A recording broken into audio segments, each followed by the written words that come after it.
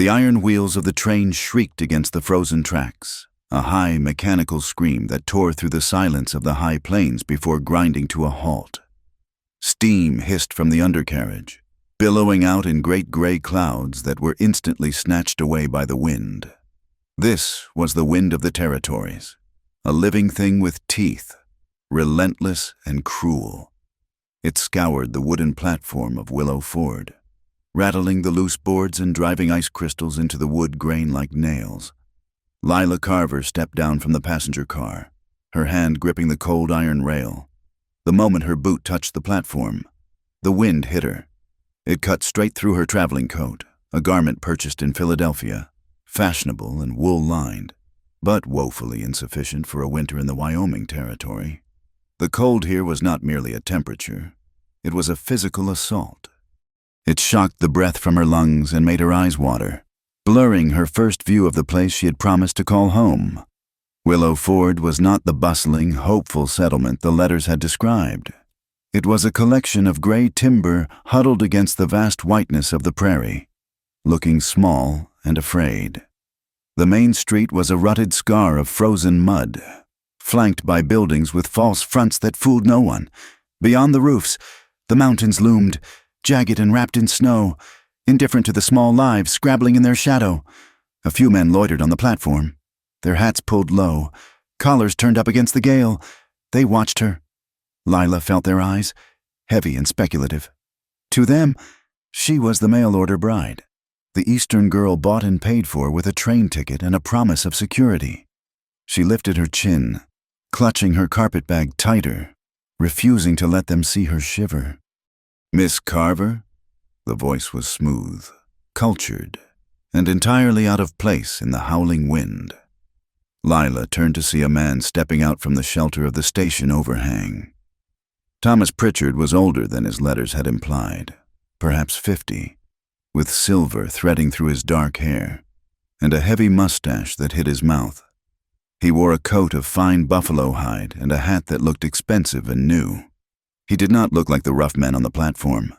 He looked like a man who owned things. "Mr. Pritchard," Lila said, her voice sounding thin in the open air. He stepped closer, invading her space with a proprietary air. He took her gloved hand, not to shake it, but to inspect it, as if checking the quality of goods delivered. His eyes were a pale, watery blue, and while his lips curved into a polite smile, the warmth did not reach those eyes. They remained flat, calculating, assessing the width of her hips and the clarity of her skin. "You are precisely as described," Pritchard said. "Although you look frozen through, come, the wagon is waiting." He did not offer to carry her bag. He simply turned and walked toward the end of the platform, expecting her to follow. Lila felt a flicker of unease, a small, cold knot forming in her stomach that had nothing to do with the weather. She looked around, hoping to see a welcoming face among the few women waiting for the mail, but they averted their gazes. They looked at Pritchard with a mixture of deference and fear, and when their eyes slid to Lila, she saw only pity. They rode through the town in silence. The wagon wheels clattered over the ruts, jarring Lila's spine. The horses were gaunt, their heads low against the wind, their breath steaming in rhythmic bursts. Lila watched the town pass, a general store with dark windows, a blacksmith shop where the fire looked like a dying ember, a church with a steeple that leaned precariously to the south, bowed by years of relentless gusts. It was a land of survival, not dreams. "It is quiet," Lila ventured, trying to fill the oppressive silence. "It is disciplined," Pritchard corrected her, keeping his eyes on the road. "I have worked hard to bring order to this place. I own the mercantile and the land holding the timber mill. People here know their place. You will learn yours soon enough." Lila swallowed the lump in her throat. Back in Philadelphia, her father had spoken of order and discipline in the same tone. She had come 2,000 miles to escape a house where she was a servant in all but name, where her father controlled every penny and every minute of her day. She had traded one master for another. She realized, but she forced the thought down. This was a business arrangement. Pritchard offered a home, food, and stability. In exchange, she would be a wife.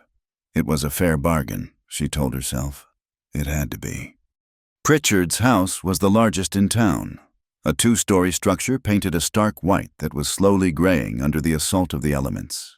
Inside, it was warm but airless, smelling of beeswax and stale pipe tobacco. "Mrs. Gable will show you to the room," Pritchard said, shrugging off his heavy coat. "You have 1 hour to prepare. The ceremony is at 4 o'clock. Mrs. Gable, the housekeeper, was a woman carved from dried applewood, tough, wrinkled, and silent. She led Lila to a small, cramped room on the second floor. A wedding dress lay on the narrow bed. It was not new. The lace was yellowed at the edges, and it smelled faintly of lavender and dust. "Whose dress is this?" Lila asked, touching the fabric. "It belonged to the first Mrs. Pritchard." "Mrs.!" Gable said. Her voice was like dry leaves scraping together. Lila pulled her hand back as if burned. "He expects me to wear his dead wife's dress. He expects you to be frugal." "Mrs.," Gable said. She moved to the window and pulled the heavy velvet curtains shut, blocking out the gray light. She turned to Lila, and for a second, the hard mask slipped. Her eyes softened with a terrible, weary sadness. "Listen to me, girl. Do not ask questions. Do not argue. Just do what is expected. It is easier that way." "I am not afraid of work," Lila said, though her heart was hammering against her ribs. "Mrs." Gable shook her head. A small, hopeless motion. "Work is not what will break you." The wedding was a blur of gray and brown. The church was freezing, the stove in the corner fighting a losing battle against the drafty walls. The Reverend was a tall, severe man who looked at Lila as if she were a sinner seeking absolution rather than a bride. There was no talk of love in his sermon, no mention of partnership or joy. He spoke of duty. He spoke of the silence of women and the authority of husbands. "Wives, submit yourselves unto your own husbands, as unto the Lord," the Reverend intoned, his voice booming in the empty rafters. Lila stood beside Pritchard, her hand swallowed in his. His grip was dry and tight. She repeated the vows mechanically, her voice trembling. A few town ladies sat in the front pew, their bonnets leaning together like conspiring crows. "Pretty thing," one whispered, loud enough to be heard. "Looks terrified. Desperate. More like," another murmured. "Must be to marry him. They say she came with nothing but a carpet bag." "I give you this ring," Pritchard said, sliding a heavy gold band onto her finger. It was loose. It spun on her knuckle, cold and heavy. "I pronounce you man and wife," the Reverend said. He closed his Bible with a snap that sounded like a jail cell locking. The reception was held at the Golden Steer Saloon, which Pritchard had rented out for the evening. It was the only building in town large enough to hold the gathered crowd. The air was thick with smoke and the smell of cheap whiskey and damp wool. A fiddle player sawed out a frantic, cheerful tune that clashed with the knot of dread tightening in Lila's chest. She stood by Pritchard's side near the bar, a prop in his pageant of success. He accepted congratulations with a smug nod, his hand resting on the small of her back. To the room. It looked possessive but affectionate. To Lila, it felt like a brand.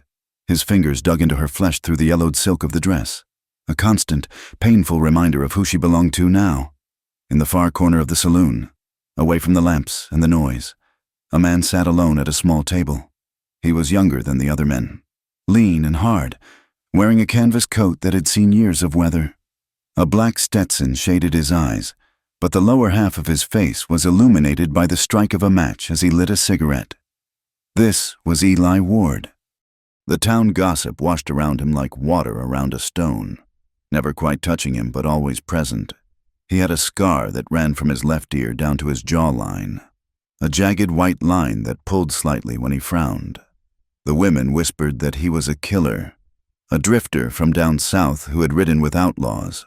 They said he had shot a man in a range dispute over in the Dakota Territory and left him to bleed out in the sagebrush. "That is Eli Ward," a woman near the bar muttered to her neighbor, turning her back to the corner. "Don't look at him. My husband says he is half wild, dangerous.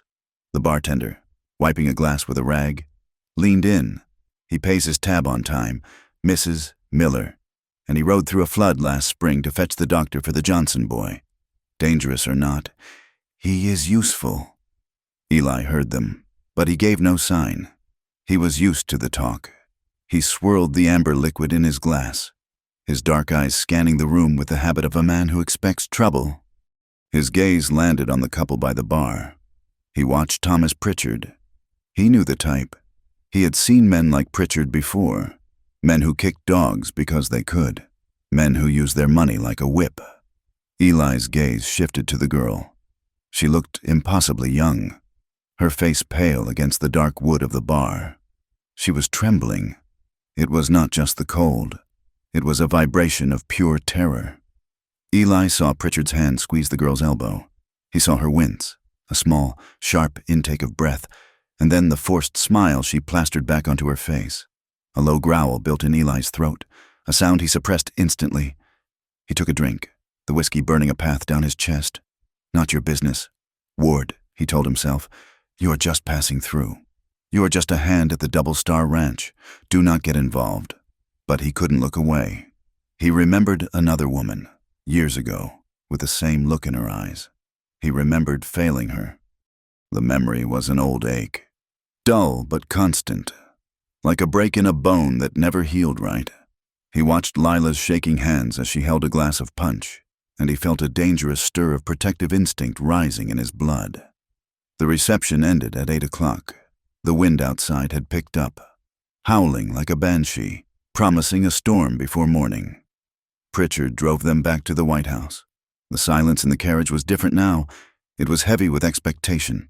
Inside, the house was dark. Mrs. Gable had gone to her own quarters in the back. Pritchard locked the front door, the heavy bolt sliding home with a finality that made Lila's breath catch.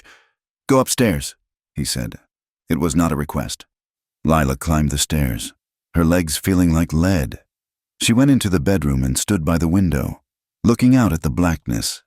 The reflection in the glass showed a ghost, a girl in a dead woman's dress, her eyes wide and dark.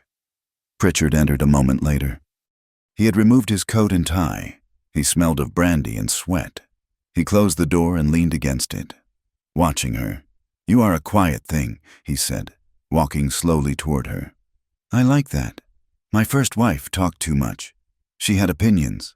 Lila turned to face him, her hands twisting in the fabric of her skirt. Mr. Pritchard, Thomas, please. I am tired. The journey was long, and everything is so new. Could we perhaps wait, just for tonight? Pritchard stopped. The polite mask dropped completely. His face twisted into a sneer of disbelief. Wait? I paid for your ticket. I paid for your food. I put a ring on your finger and clothes on your back. You think this is a courtship? This is a transaction. Lila! He lunged forward, grabbing her wrist. His grip was crushing. You are mine, he hissed, pulling her stumbling toward him. You belong to me. I need a son, and I need a wife who knows her duty. You will provide both. Starting now. You are hurting me. So, Lila cried, trying to pull away. I will do more than hurt you if you do not learn obedience. He snarled. He struck her. It was a sharp, open-handed slap across the face that knocked her backward. Lila fell against the vanity table, a crystal perfume bottle crashing to the floor. Her cheek burned, tears springing to her eyes from the shock of pain. She looked up at him, hand cupping her face. Why? I have done nothing. Pritchard loomed over her, his face red. You defied me. Do not think you can run to the town, girl. I own this town. No man will believe a single word you say. They will say you are hysterical. They will say you are ungrateful. You have nowhere to go. He stared at her for a moment longer, breathing hard, then turned in disgust. Get undressed. I'm going downstairs to have a drink. When I come back, be in that bed. He stomped out of the room, slamming the door hard enough to rattle the frame. Lila lay on the floor, the sound of his heavy footsteps retreating down the stairs echoing in her ears. Nowhere to go. The words circled in her mind. He was right. If she stayed, this was her life. Violence, rape, and silence until she ended up like the first wife, buried in a dress that didn't fit. She looked at the window. The wind was screaming, battering the glass. It was death outside. But inside was a different kind of death, a slow, suffocating death of the soul. Lila stood up. She did not think. She did not pack. She grabbed her thin wool shawl from the chair and wrapped it around her shoulders over the wedding dress. She opened the window. The cold hit her like a hammer, instantly freezing the tears on her face. A trellis ran down the side of the house, covered in dormant, thorny vines. She climbed out, the thorns tearing at the silk and her skin, but she didn't feel it. She dropped the last few feet into the snowbank below. She ran toward the edge of town, away from the main street, away from the lights. The snow was deep, reaching her shins. It soaked through her thin boots instantly. The wind tore at her hair, blinding her with flying ice. She gasped for air, her throat burning as if she were swallowing fire. She didn't know where she was going. She just knew she had to get away from the White House. The town faded behind her, swallowed by the dark. She was on the open plain now. The world was nothing but wind and white. The temperature was dropping rapidly, plunging well below zero. Lila stumbled. Her legs felt heavy, clumsy. She couldn't feel her feet anymore. The adrenaline that had fueled her escape was fading, replaced by a terrible, creeping lethargy. "Just rest for a moment," a voice whispered in her head. "Just lie down." She fell. The snow was soft, almost welcoming. She tried to push herself up, but her arms wouldn't obey. She curled into a ball, the wedding dress billowing around her like a shroud. In the distance, over the roar of the wind, she heard the high, yipping howl of coyotes. They sounded hungry. "I am going to die," she thought. And strangely, the thought brought no fear, only a quiet acceptance. It was better than the bedroom. Darkness began to close in from the edges of her vision. Eli Ward urged his horse forward, head ducked against the gale. He had been out checking the North Line cabin for the Double Star, securing the door against the storm. It was a fool's errand to be out this late. But the foreman had insisted. His horse, a sturdy roan gelding named Red, snorted and shied sideways. "Easy, Red," Eli murmured, his voice rough with cold. "We are almost home. A warm stall and oats for you." Red wouldn't settle. The horse danced, ears pinned back, looking at a lump in the drifts about 20 yards off the trail. Eli squinted. The moon was hidden by clouds, but the snow reflected what little light there was. He saw something pale. It looked like a snowdrift shaped by the wind, but the edges were too sharp. It looked like fabric. He pulled Red up and swung down from the saddle. The snow crunched under his boots. He walked toward the shape, his hand resting instinctively on the colt on his hip. When he got closer, he stopped dead. It was a woman. She was curled in the snow, wearing a dress that might have been white once but was now gray with shadow. A wedding dress. "Hell," Eli breathed. He knelt beside her, brushing the snow from her face. It was the girl from the saloon, Pritchard's bride. Her skin was the color of marble, and just as cold. Her lips were blue. He pulled off his glove and pressed his fingers to her neck. For a long second, he felt nothing. Then, a faint, thready flutter against his skin. She was alive, barely. Eli looked back toward the town. The lights of Willow Ford were a faint glow miles away. Into the wind. Dragging a half-frozen woman? She would be dead before they got there. And if he brought her back to Pritchard, he had seen the bruise starting to form on her face back at the saloon. He knew what kind of man Pritchard was. If he took her back, he was returning her to a monster. He looked at the dark shape of the mountains to the west.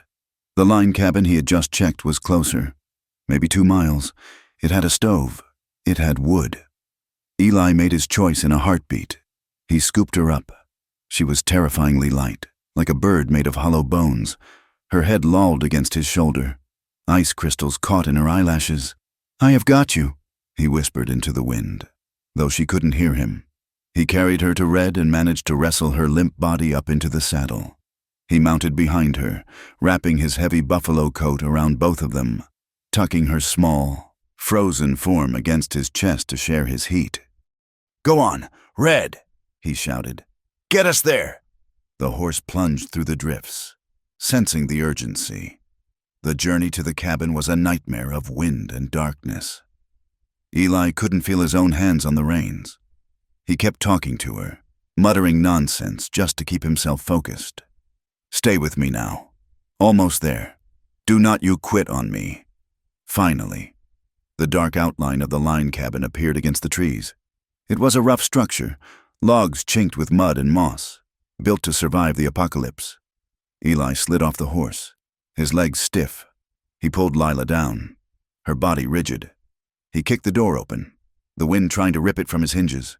He carried her inside and kicked the door shut, plunging them into a sudden, shocking silence. The cabin was freezing, but out of the wind.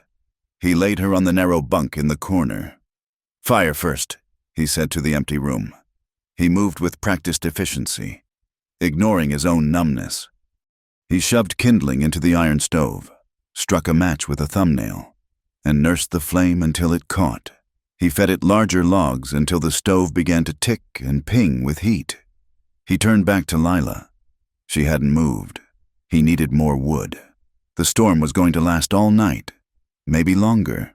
The stack inside was low. Eli grabbed the wood bucket. He walked to the door, his hand on the latch. A sound stopped him, a rasping, terrified intake of breath. He turned. Lila's eyes were open. They were glassy, unfocused, wide with panic. She was shivering violently, her teeth chattering so hard it sounded like bones rattling in a cup. She tried to sit up but failed, her body betraying her. She saw him, a dark, looming figure in a coat, a scar on his face, a stranger. But she didn't scream. She looked at the door he was about to open. She looked at the darkness waiting outside.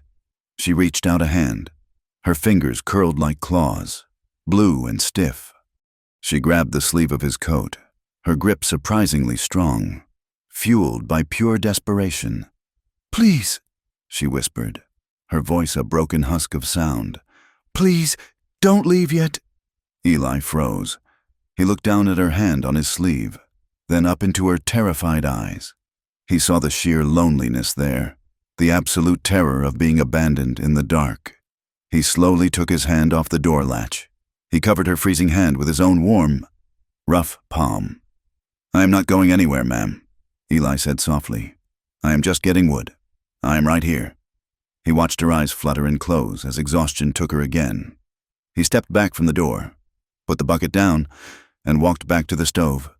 He would make the wood last. He wasn't going to open that door again. Not tonight. Pain woke her first. It was not a sharp pain, but a deep, throbbing ache that seemed to live inside the marrow of her bones, radiating from her fingertips and the soles of her feet. It was the sensation of blood trying to force its way back into flesh that had nearly forgotten how to be alive. Lila opened her eyes. The world was dim and smelled of pine resin, wood smoke, and damp wool. Above her, rough-hewn timber logs marched in parallel lines, stained dark by years of smoke. She was not in the White House. She was not in the silk-draped bed she had fled. She sat up with a gasp, the movement sending a fresh wave of agony through her hands.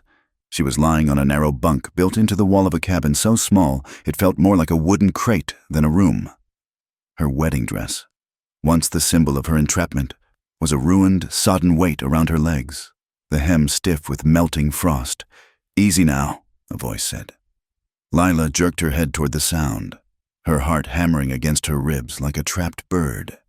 A man was crouched by the iron stove in the center of the room. He was feeding a piece of split log into the firebox. The orange glow of the flames illuminated the sharp angle of his cheekbone and the jagged white scar that ran along his jaw. Memory crashed into her. The snow, the wind, the man on the horse. She scrambled backward until her spine hit the cold log wall, pulling the rough gray blanket up to her chin. "Where am I? Who are you?" The man closed the stove door with a metallic clang and stood up. He was tall, filling the small space with an overwhelming presence. He held his hands up, palms open, showing he held no weapon. "You are safe, ma'am," he said. His voice was low, graveled with fatigue. "I am Eli Ward. I found you in the drift about 4 miles south of here. You were freezing to death."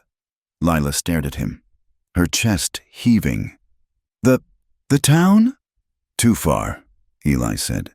He gestured toward the door. "Listen." Lila listened. Beyond the thick walls of the cabin, the world was screaming. The wind howled with a ferocity she had never heard before, a sound like 1,000 furious spirits tearing at the earth. The cabin shuddered under the assault, the heavy door rattling in its frame.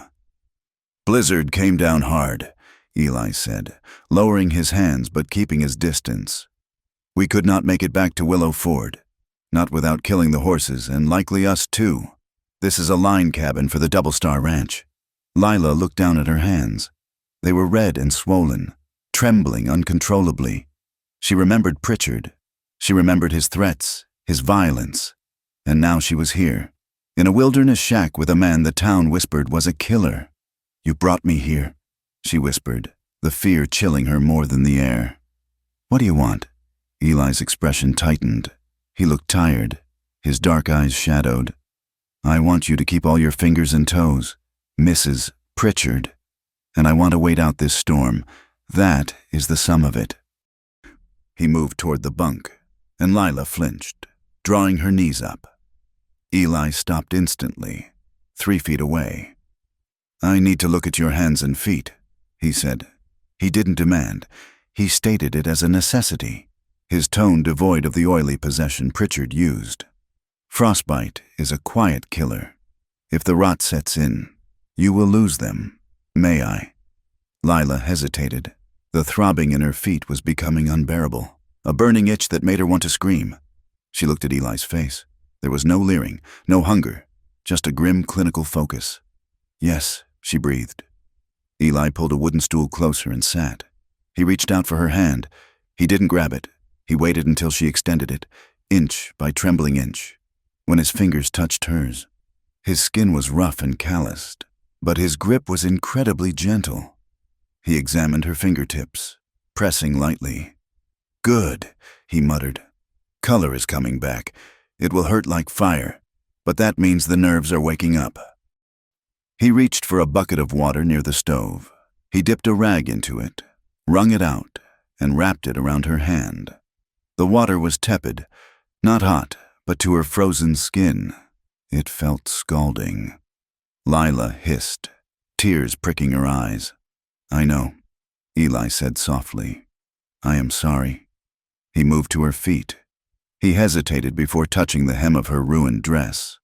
"I have to take your boots and stockings off, Mom." Lila nodded, unable to speak. He worked the laces of her boots with patience, easing the stiff leather off her swollen ankles. When he peeled away the wet stockings, Lila felt a rush of shame. Her feet were ugly, red and blotchy, the nails blue. Eli took them in his large hands. He began to rub them, not rubbing the skin raw, but applying a firm, rhythmic pressure to push the blood back into the veins. Lila watched the top of his head, his dark hair falling over his forehead. He was touching her with an intimacy that should have been scandalous. He was holding her bare feet in his lap. Yet, there was nothing of the predator in him. He touched her as one might tend to a hurt horse or a broken fence, with competence and care. "Why?" she asked, her voice cracking. "Why did you stop? You could have ridden past." Eli didn't look up. He kept massaging the ball of her foot. "I do not leave people to die in the snow." "They say you are dangerous," Lila said, the words slipping out before she could stop them. Eli's hands paused for a fraction of a second, then resumed their rhythm. "They say a lot of things in Willow Ford. Does this feel warm yet?" "It burns," she said. "That will pass," he said. He wrapped her feet in a dry flannel shirt he had pulled from his saddlebag. "You stay under those blankets. I am going to heat up some beans. You need food." The day passed in a gray blur. The storm outside did not relent. If anything, it grew worse. The light coming through the single, small window was dim and milky, obscured by the snow piling up against the glass. By late afternoon, The drift had covered the bottom half of the pane. Lila lay in the bunk, watching Eli. He moved with an economy of motion that fascinated her. He didn't pace. He didn't fidget. He checked the stove. He checked the door. He melted snow for water. He was a creature of this harsh land, adapted to its brutality in a way she could not comprehend. But as the hours stretched on, the reality of her situation began to sink in with a terrifying weight. She was a married woman. She had spent her wedding night running away. And now she was trapped in a one-room cabin with a man who was not her husband. In the eyes of the law, she was property. In the eyes of the town, she was now ruined. Even if she returned, even if she told them she had fled for her life, they would look at this, the seclusion, the proximity, and they would assume the worst. Pritchard would make sure of it. "I can never go back," she said into the silence. Eli was sitting on the floor by the stove, mending a tear in his coat with a bone needle. He looked up. "Because of the storm?" "Because of this," she said, gesturing vaguely at the room. "You and me, here, alone. You know what they will say." Eli pushed the needle through the heavy canvas. "I expect they will have plenty to say. Pritchard will likely spin a tale that I kidnapped you." "He will," Lila said bitterly. "And they will believe him. He has money. He has the church." She pulled her knees to her chest. "I have ruined you too, haven't I? If they think you took me, the marshal will come for you." "Let the marshal come," Eli said, his voice hard. "I would rather face a hanging rope than leave a woman to freeze. There is no shame in surviving, ma'am." Lila looked at him, studying the scar on his jaw. "You act as if saving me was a simple thing, but you do not know what I ran from. You do not know what I am." "I know you were running from a man who hits women," Eli said. He didn't look at her, concentrating on his stitching. "I saw your face at the saloon. I saw the bruise starting this morning. A man does not need to know much more than that." Lila felt a lump form in her throat. "He said I belonged to him. He said I was an investment." "He is a fool," Eli said.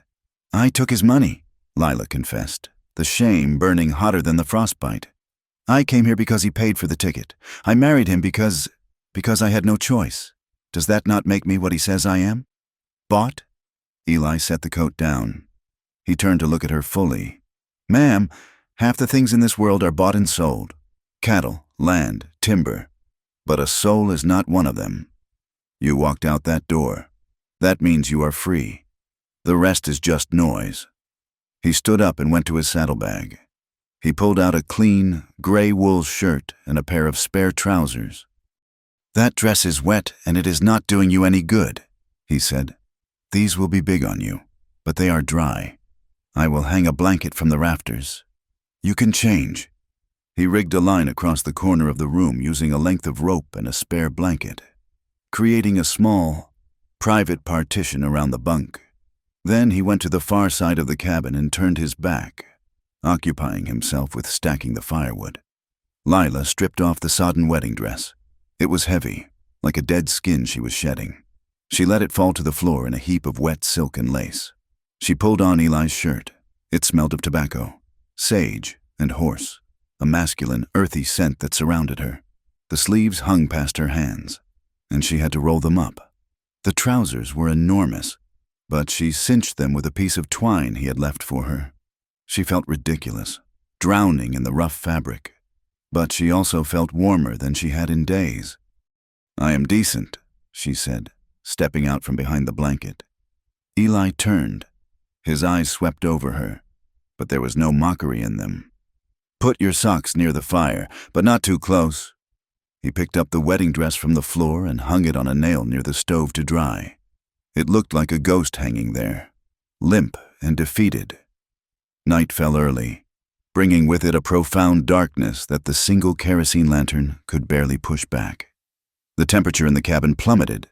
The wind found every chink in the logs, sending drafts of icy air slicing through the room. They ate a supper of beans and salt pork in silence. Eli sat on the floor, leaving the only stool for her. "Where are you from?" Eli asked after a long while. He seemed to sense that the silence was allowing her fear to fester. "Philadelphia," Lila said. "My father was a clerk, a very precise man. He counted everything, pennies, minutes, sins. He sounds careful," Eli said. "He was cruel," Lila corrected. "He drank, but quietly. He never missed a day of work, but he would come home and list all the ways I was a burden to him. My mother died when I was young. He blamed me for the cost of her funeral." She stared into the fire. "I was engaged once, to a printer's apprentice, a kind boy. But my father, he found out the boy had a debt. He broke the engagement. He told everyone the boy was a thief. It wasn't true, but the shame stuck to me. No one else came calling. I was 22, an old maid, a burden." She looked at Eli. "When Pritchard's letter came, looking for a wife for a respectable merchant in the West, my father sold everything I owned to buy the train ticket. He told me not to come back." Eli nodded slowly. He poked the fire with a stick.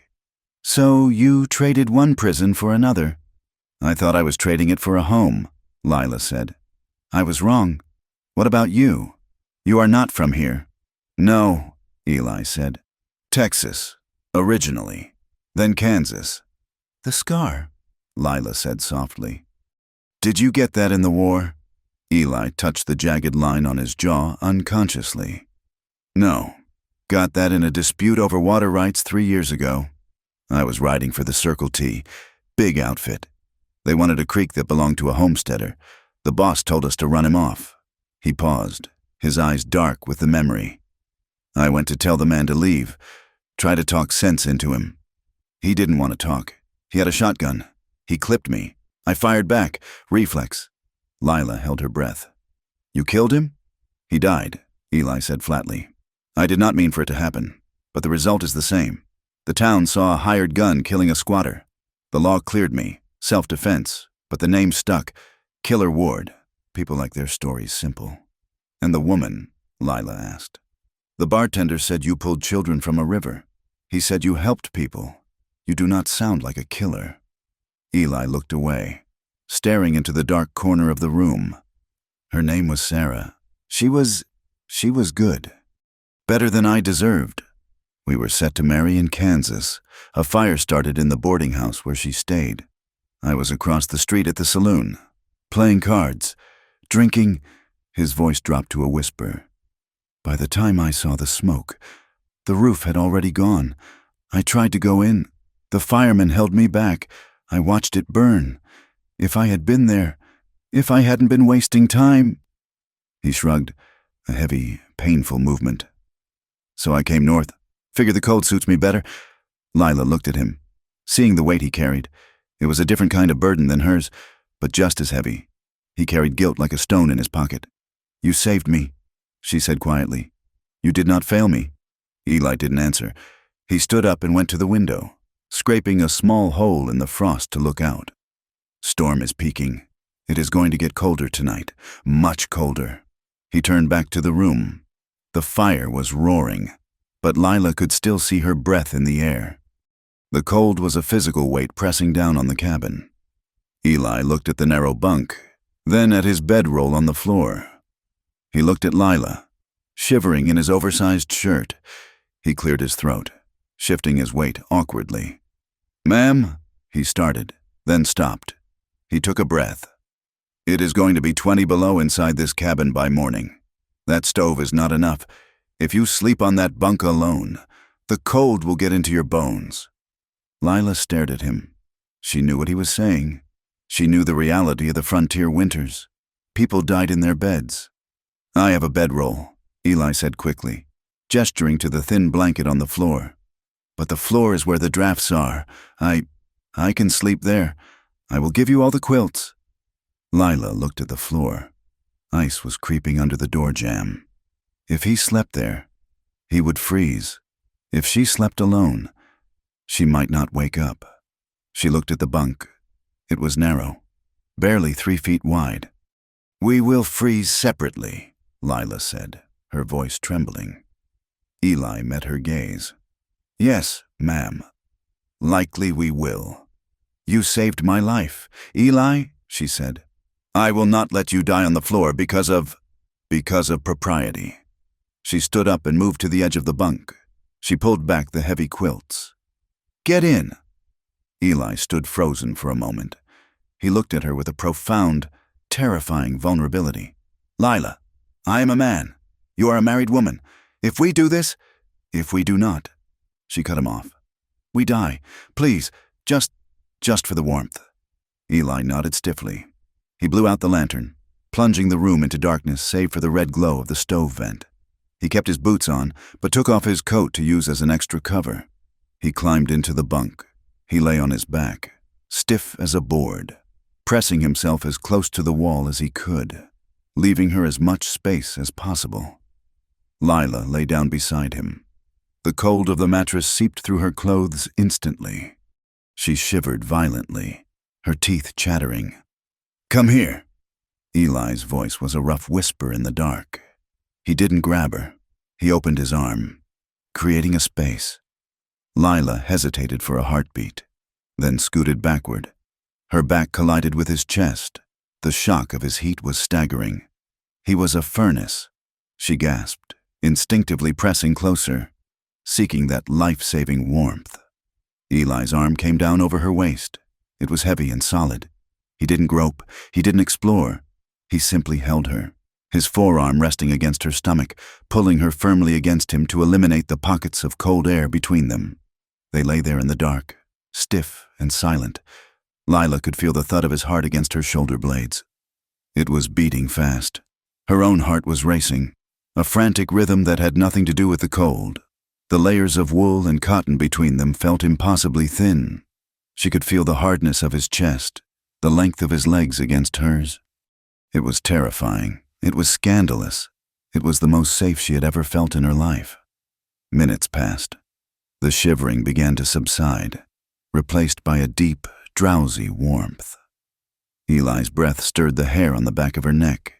He shifted slightly, trying to get comfortable, and his knee brushed the back of her thigh. Lila gasped softly. Sorry, he whispered. His voice was strained. It is all right, she whispered back. She relaxed her body, letting her weight settle against him. She felt him exhale, a long, shaky breath, as if he had been holding it for hours. His arm tightened around her, just a fraction. His hand flattened against her midriff, his thumb resting near her rib cage. It was not sexual, she told herself. It was survival, but her body betrayed her. Her skin prickled where he touched her. A heat that had nothing to do with the stove bloomed low in her belly. She became acutely aware of his scent, the sage, the wood smoke, the man. Eli was fighting his own battle.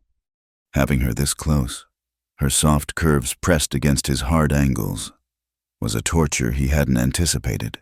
He could smell the faint lavender of the soap she must have used back in town. He could feel the rise and fall of her breathing. Every instinct in his body screamed at him to pull her closer, to bury his face in her neck, to claim the warmth she offered. But he didn't move. He held himself rigid, his honor a steel trap clamping down on his desire. She was Pritchard's wife. She was terrified and vulnerable. He would not be another man who took from her. Sleep, Lila, he murmured, the words vibrating against her back. I can't, she whispered. Try. Outside, the wind died down for a moment, and in the sudden silence, the sound of a wolf howling rose from the tree line. It was a lonely, hungry sound. Lila instinctively pressed backward, her hand coming up to grip his forearm where it lay across her waist. Her fingers curled into his sleeve. I am here, Eli said into her hair. I have got you. The wolf howled again, closer this time. Inside the cabin, the air was thick with things unspoken. Shame curled in Lila's gut. Shame that she was lying with a stranger. Shame that she didn't want him to let go. Gratitude warred with fear. And beneath it all, a yearning began to take root. A fragile green shoot in the frozen earth. She closed her eyes, letting the darkness take her. She was a sinner. She was a runaway. She was ruined. But as she drifted toward sleep, anchored by the heavy arm of the cowboy who had pulled her from the snow, she realized she didn't care. The world outside was white and merciless. full of judgment and ice. But here, in this small, dark space, there was only warmth. "Thank you," she breathed. Eli didn't answer, but his hand squeezed hers, a silent promise in the frozen dark. He lay awake long after her breathing evened out, staring at the flicker of the firelight on the logs, listening to the wolves, and wondering how he was ever going to let her go when the storm finally broke. Silence woke them. For 3 days, the wind had battered the cabin with the fury of a living thing, a relentless scream that vibrated in the very timber of the walls. Now, there was nothing. The quiet was so absolute it felt heavy, pressing against Lila's ears as she blinked awake in the dim light. She lay still for a moment, her cheek resting against the rough wool of Eli's shirt. His arm was still draped over her waist, a heavy, solid weight that anchored her to the narrow bunk. He was asleep, his breathing deep and steady, a slow rhythm that she had unconsciously matched during the night, for a fleeting second. In the groggy haze of morning, she allowed herself to pretend this was her life, waking up warm, safe, and held. Then reality rushed back in with the cold air. She was Lila Pritchard. She was a runaway, and the man holding her was a stranger she had known for less than a week. She shifted, and Eli woke instantly. There was no grogginess in him. His muscles tensed, his hand going instinctively to the Colt revolver resting on the floor beside the bunk before his eyes cleared and he remembered where he was. He pulled his arm back quickly, creating a polite distance between them that felt colder than the air in the room. "Storm broke," he rasped, his voice rough with sleep. He rolled out of the bunk, the floorboards creaking under his boots. Lila sat up, pulling the quilt tight around her shoulders, watching as he walked to the door. He lifted the heavy wooden bar and pushed. The door groaned, stuck by the ice, before swinging outward. The light that flooded the cabin was blinding. It was not the soft glow of dawn, but a brilliant, searing whiteness that made Lila squint. She swung her legs over the edge of the bunk and followed Eli to the threshold, stepping into his shadow. The world had been erased. Where there had been trees, rocks, and scrub brush, there was now only a pristine, undulating ocean of white. The snow had drifted in waves, sculpting the land into new, unfamiliar shapes. Above them, the sky was a pale, polished bone, stripped of clouds and stretching endlessly in every direction. It was magnificent, a landscape of breathtaking purity. It was also terrifying. Lila looked out at the vastness and felt her stomach drop. The beauty was a deception. Under that white blanket lay a silence that swallowed screams and a cold that stopped hearts. It was a merciless emptiness, indifferent to whether they lived or died. "We can travel," Eli said, squinting against the glare. "Crust is hard enough in places. It will be slow going." He turned to look at her, his face grim. The intimacy of the bunk was gone, replaced by the hard pragmatism of survival. "We have a choice to make, Lila," he said, using her name without the title of Mrs. for the first time in daylight. "And neither option is good." Lila wrapped her arms around herself. "Tell me, if I take you straight back to Willow Ford," Eli said, leaning a shoulder against the door frame. "We are riding into a firestorm. We have been gone 4 days. The town will have noticed. Pritchard will have noticed. They will assume I stole you. They will assume the worst about what happened in this cabin." Lila felt the blood drain from her face. "And the other choice?" "We ride west," Eli said, gesturing toward the jagged peaks of the mountains. "We keep going. We become fugitives. But the winter is deep, and the passes are treacherous. We have 1 horse, little food, and no money. And if they put a bounty on us, every man with a rifle will be looking for our trail." Lila looked back toward the east, toward where the town lay hidden beyond the horizon. The thought of the White House, of Pritchard's heavy hands and cold eyes, made bile rise in her throat. She remembered the sound of the lock sliding home on her wedding night. She remembered the slap that had knocked her to the floor. "I cannot go back to him," she whispered, the words shaking. "I would rather freeze out here. I would rather die." Eli watched her, his expression unreadable. "I am not taking you back to him, but we cannot just run blind. We need supplies, we need a plan, and you need someone on your side who is not a drifter with a bad reputation." "Who?" Lila asked. "Jonas and May," Eli said. "They have a homestead about 10 miles south of here, tucked into the foothills. Jonas is the only man in this territory I trust with my back turned.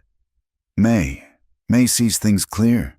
If we can get there, we can figure out the next step." 10 miles, Lila repeated. It sounded like 1,000 in this snow. "We can make it," Eli said. "But we have to leave now." Preparation was swift and silent. They ate the last of the beans, cold from the pot. Eli kicked snow over the fire in the stove and packed his saddlebags. He went out to the lean-to where Red, his roan gelding, had weathered the storm. The horse was eager to move, snorting clouds of steam into the frigid air. There was only one saddle. Eli mounted first, calming the horse as it danced in the snow. Then he reached down, gripping Lila's forearm. "Put your foot on my boot. Swing up behind me." She did as he instructed. Hoisting herself up, the horse shifted under the added weight. Lila settled onto the horse's rump, the leather of the saddlebags pressing against her thighs. She hesitated, her hands hovering in the air. "Hold on to me," Eli commanded. "Tight. If you fall, the snow will swallow you." Lila wrapped her arms around his waist. The heavy canvas of his coat was rough against her wrists. She pressed her chest against his back, feeling the solid wall of his muscle. "Ha!" Eli clicked his tongue, and Red lunged forward. The journey was a brutal lesson in the reality of the frontier. The wind, though not the gale of the storm, was a constant, slicing presence that found every gap in Lila's clothing. The sun offered no warmth. It only reflected off the snow with a glare that made her eyes water and ache. The horse struggled. At times, the crust of the snow held, and they moved swiftly. At other times, Red's hooves broke through, plunging the animal belly deep into the drifts, forcing Eli to dismount and lead the horse while Lila clung to the saddle horn, terrified she would be thrown. But it was the closeness that occupied her mind as much as the cold. Riding double forced an intimacy that the cabin had only hinted at. Every step the horse took threw Lila against Eli's back. She could feel the movement of his body as he guided the animal, the shift of his shoulders, the tension in his core. To keep from freezing, she had to press herself against him as tightly as possible, burying her face between his shoulder blades to shield her skin from the wind. It was a necessity, she told herself, just like the bunk. But as the miles dragged on, the nature of the contact changed. The heat radiating from him became her entire world. The smell of him, leather, tobacco, and sweat filled her nose. When the horse stumbled on a patch of hidden ice, Eli's arm shot back, clamping over her forearm to steady her, his grip iron-hard and protective. "You all right?" he shouted over the wind. "Yes," she yelled back, her voice lost in the vastness. She squeezed her arms tighter around his waist. It was a dangerous comfort. She was learning the shape of him, the feel of him. She was forgetting the fear of the blizzard and replacing it with a fear of what was happening in her own heart. She was a married woman, fleeing her husband, clinging to a man the world called a killer, and for the first time in her life, she did not feel alone. It was late afternoon when the homestead came into view. It was a dugout, built partially into the side of a south-facing rise to shelter it from the north winds. The front was made of thick sod bricks and timber, with a roof of earth that was now indistinguishable from the snowy hill it sat within. Smoke curled lazily from the chimney, a gray ribbon against the bone-white sky. A dog barked, a rough, sharp sound that echoed across the valley. Eli pulled Red to a halt in the yard. The door of the dugout opened, and a man stepped out, holding a rifle loosely in the crook of his arm. He was older than Eli, with a beard that reached his chest and shoulders like a bull. "Easy, bear," Eli called out, his voice cracking with dry cold. The man lowered the rifle, a grin splitting his beard. "Eli, I thought you were froze solid in a drift somewhere." "Came close," Eli said. Sliding out of the saddle, he reached up and helped Lila down. Her legs were so stiff she nearly collapsed when her boots hit the ground. But Eli caught her, holding her steady until she found her balance. Jonas's eyes went to Lila, widening slightly. "And you brought company." A woman appeared in the doorway behind Jonas. She was small but wiry, wearing a man's work shirt and a heavy wool skirt. Her hair was pulled back in a severe bun, but her face was alive with a sharp, piercing intelligence. This was May. She looked at Eli, then at Lila. She saw the oversized clothes Lila wore. She saw the exhaustion in the slump of Lila's shoulders and the way Eli stood slightly in front of her, shielding her. "Get them inside." "Jonas," May said, her tone brokering no argument. "Before they turn to ice on my doorstep." The inside of the dugout was warm and smelled of baking bread and venison stew. It was a single long room, low-ceilinged but cozy, with whitewashed walls and colorful rag rugs covering the packed earth floor. Lila sat in a rocking chair by the hearth, a mug of hot coffee in her hands. The heat of the fire made her skin tingle and burn as the blood rushed back to the surface. Jonas and Eli were at the table, talking in low tones, but May was watching Lila. "You are the new bride," May said. It wasn't a question. "The one Pritchard brought in from the east." Lila looked up, her hands tightening around the mug. "Yes, and you're wearing Eli Ward's clothes," May observed. "And riding on the back of his horse 3 days after the wedding." The room went silent. Jonas stopped talking. Eli looked at Lila, his jaw set, ready to intervene, ready to offer a cover story. But Lila looked at May's face. She saw no judgment there, only a waiting expectancy, a demand for truth. Lila took a breath. The polite veneer she had been trained to maintain, the silence her father had instilled in her, shattered. "I ran away," Lila said, her voice trembling but clear. "On the wedding night, I climbed out the window in my dress." May pulled a chair closer and sat down. "Why?" "Because he hurt me," Lila said. The words tumbled out now, unstoppable. "He hit me. He told me I was his property. He said he would break me until I did what was expected. He said no one would believe me." Tears spilled over her lashes, hot and fast. "I ran into the storm. I didn't care if I died. Eli found me. He saved me." Eli stared at the floor, uncomfortable with the praise, uncomfortable with the raw emotion filling the room. May did not gasp. She did not look shocked. A dark, angry shadow passed over her face, tightening her mouth into a thin line. She reached out and placed a calloused hand over Lila's trembling ones. "I believe you," May said fiercely. Lila let out a sob of relief. "You do?" "I do," May said. She looked over her shoulder at Jonas. "I told you, didn't I? When the first Mrs. Pritchard died." Jonas nodded solemnly. "You did, May." May turned back to Lila. "His first wife, Clara. She was a quiet woman, sweet. She fell down the stairs. That is what Pritchard told the doctor. Broke her neck, but the women who laid her out for the burial? They saw marks, old marks, bruises on her arms and back that didn't come from a fall." Lila felt a chill that had nothing to do with the winter. "Did no one do anything?"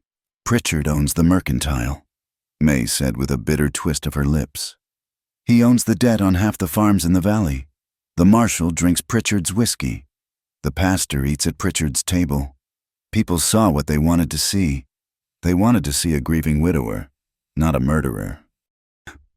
And now they will see a runaway wife," Lila said softly.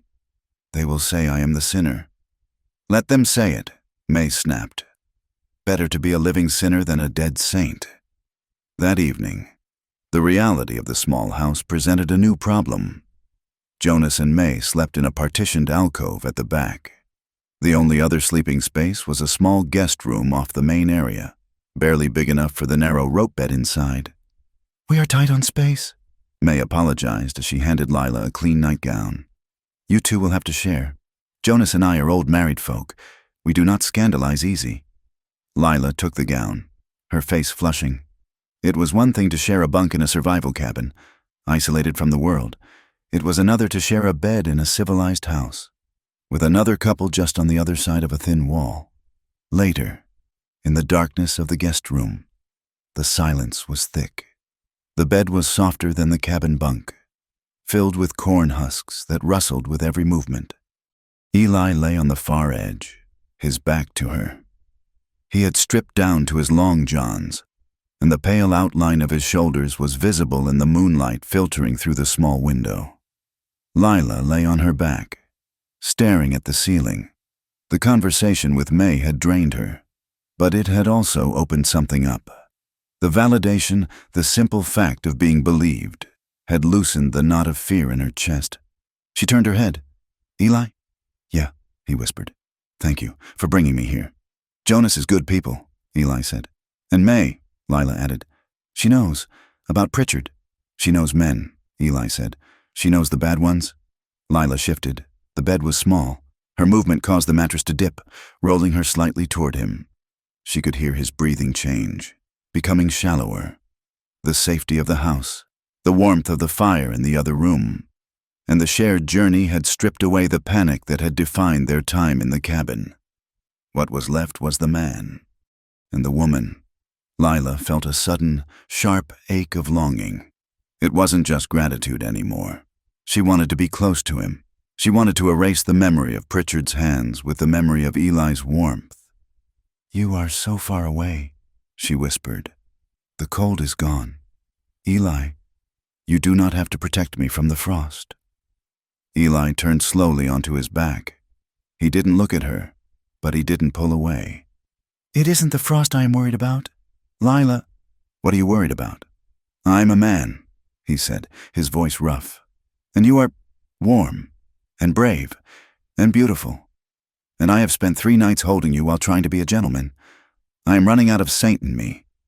Lila's heart skipped a beat. She moved her hand across the space between them.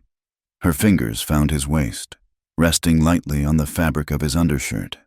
"I do not want a saint," she breathed. "I want the man who carried me." Eli turned his head then. His eyes were dark pools in the shadows. He reached out, his hand covering hers at his waist. His fingers were rough, warm, and strong. He pulled her hand tighter against him. They shifted, drawn together like magnets. Lila slid across the rustling mattress until her chest bumped his side. Eli turned toward her, his arm coming up to cradle her head. Their faces were inches apart. She could feel his breath on her lips. It was a moment suspended in time, charged with a desire so fierce it made her dizzy. She wanted him to kiss her. She wanted him to claim her, not with violence, but with this terrifying, tender intensity. Eli's thumb grazed her cheekbone. His gaze dropped to her lips. He leaned in, just a fraction. Lila's eyes fluttered shut. Then, a jagged shard of reality pierced the haze. The ring, the heavy gold band Pritchard had forced onto her finger, was still there, cold against Eli's skin. She pulled back, just an inch. A gasp of pain escaped her. "I am still his," she whispered, the words tasting like ash. "By law, in the eyes of God, I am still another man's wife." Eli froze. The desire in his eyes didn't vanish, but a shudder came down over it, a wall of steel discipline. He closed his eyes for a second, a look of profound resignation crossing his face. He pulled his hand away from her face, though he didn't push her away. "I know," he rasped. "I know." He rolled onto his back again, putting a scant inch of distance between them. "Go to sleep, Lila. Before we make a mistake we cannot unmake." Lila lay in the dark, tears leaking from the corners of her eyes, her hand still burning where he had touched it. It felt like the cruelest joke of all, to finally find a man she could love, only to be bound to a monster by a piece of paper and a vow she never wanted to make. While the homestead slept, the town of Willow Ford was awake and angry. The Golden Steer Saloon was packed. The storm had kept men indoors for days, and now they were out, thirsty and looking for news. Thomas Pritchard stood by the bar, buying rounds for the house. He looked every inch the grieving, outraged husband. His face was drawn, his eyes red-rimmed, whether from weeping or lack of sleep. The town chose to interpret charitably. She was confused, Pritchard was saying to a circle of men that included the town marshal. a thick-necked man named Carson. The storm frightened her. She is a city girl, fragile. She ran out in a panic. He took a sip of whiskey, his hand trembling theatrically. And then he found her. That drifter, Ward. You think he took her? Marshal Carson asked, thumbing his suspenders. I know he did. Pritchard slammed his glass down. She didn't come back, did she? If he was a decent man, he would have brought her home the moment the wind died. But no, he has kept her, up in some line cabin, taking advantage of a helpless, terrified girl. A murmur of disgust went through the room. The men of Willow Ford prided themselves on protecting women, even if they didn't particularly respect them. He stole my bride, Pritchard shouted, his voice rising to fill the room. He kidnapped my wife, and God only knows what he is doing to her right now. He reached into his coat pocket and pulled out a heavy leather pouch. He slammed it onto the bar. The sound of gold coins clinking together silenced the fiddle player. $500, Pritchard announced. For the man who brings him in and brings her back to me. The room shifted. $500 was a year's wages for a cowhand. It was a fortune. Men who had been indifferent a moment ago now exchanged dark, eager glances. We will get her back. Thomas, Marshal Carson said, putting his hat on. I will deputize a posse in the morning. We will hunt him down. Pritchard nodded, hiding the cold satisfaction in his eyes. He didn't just want her back. He wanted Eli Ward dead. And he wanted Lila broken, shamed, and returned to his house where he could teach her exactly what happened to things that tried to run away. The sun was high when Jonas returned from his scout into town the next day. He rode his plow horse hard.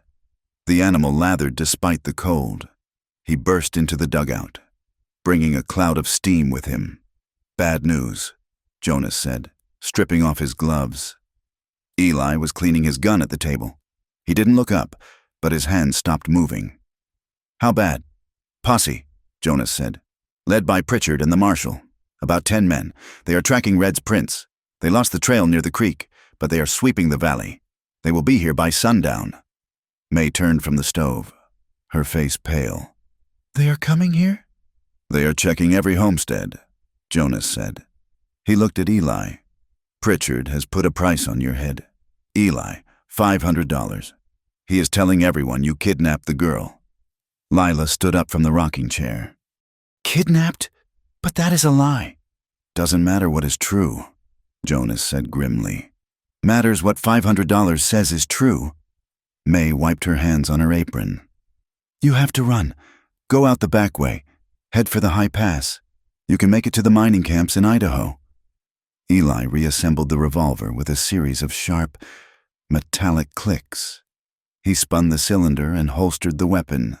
No, Eli, do not be a fool, May pleaded. This isn't a fair fight. They are coming to hang you. If I run, Eli said, standing up, then I am exactly what Pritchard says I am, a kidnapper, a fugitive. And Lila is the ruined woman I dragged with me. He looked at Lila. His eyes were hard, dark, and utterly resolved. I'm done running from stories people tell about me. I am taking you back. Back, Lila gasped. To him? To the law, Eli said. To the town. You stand up in front of them. Lila. In front of the marshal, the preacher, and the whole lot of them. And you tell them the truth. You tell them you ran. You tell them I saved you. You tell them what he did. They won't listen, Lila whispered, fear clutching her throat. They might not, Eli admitted. But it is the only chance you have to clear your name. If we run, you are his victim forever. If we go back, you are a woman speaking her mind. Truth has weight. Lila, it has to. It was a naive belief, perhaps. A code from a time that was already dying. But as Lila looked at him, at the scar on his jaw, the steady set of his shoulders, the man who had warmed her frozen feet and slept on the edge of a bed to protect her honor, she felt a spark ignite in her own chest. She was tired of being afraid. She was tired of her father's voice in her head, telling her to be quiet. She was tired of Pritchard's voice, telling her she was property.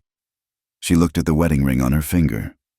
She hated it, but she would not run from it. He is right, Lila said. Her voice was quiet, but it didn't shake. May looked at her. stunned.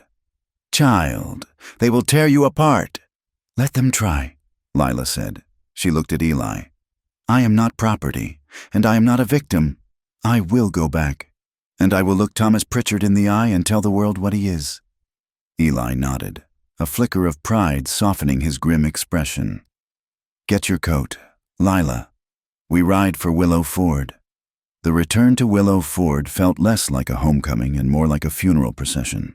The sky above was a brilliant, unrelenting blue, brittle with cold, stretching over the huddled buildings of the town like a sheet of ice. The snow in the street had been churned into a brown, frozen slurry by wagon wheels and hooves, a stark contrast to the pure, white silence of the high country they had just left. Eli rode Red at a walk, his spine stiff, his eyes scanning the rooftops and alleyways. Lila sat behind him, her arms wrapped around his waist, but the comfort she had found on the journey down had evaporated, replaced by a sickening dread. She felt the tension in Eli's body, a coiled spring ready to snap. She tried to make herself small, hiding her face against his coat, but there was no hiding from the town. They had been spotted a mile out. By the time they reached the edge of Main Street, the news had spread like a fever. Doors opened. People stepped out onto boardwalks. Faces appeared in windows, pale ovals pressed against the glass. The silence was absolute. It was not the peaceful silence of the mountains.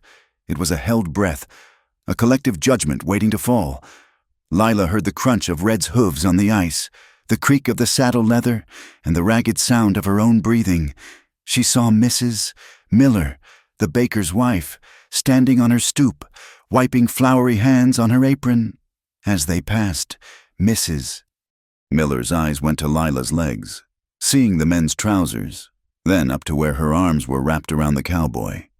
She pulled her shawl tighter around her shoulders and turned her head away, a gesture of dismissal that cut deeper than a slap. Men stopped their work.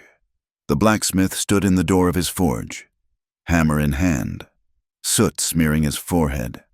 He narrowed his eyes at Eli, spitting a stream of tobacco juice into the snow.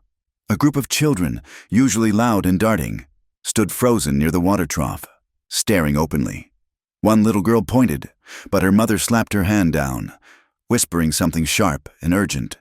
"Keep your head up," Eli murmured, low enough that only she could hear. "Do not let them see you shrink."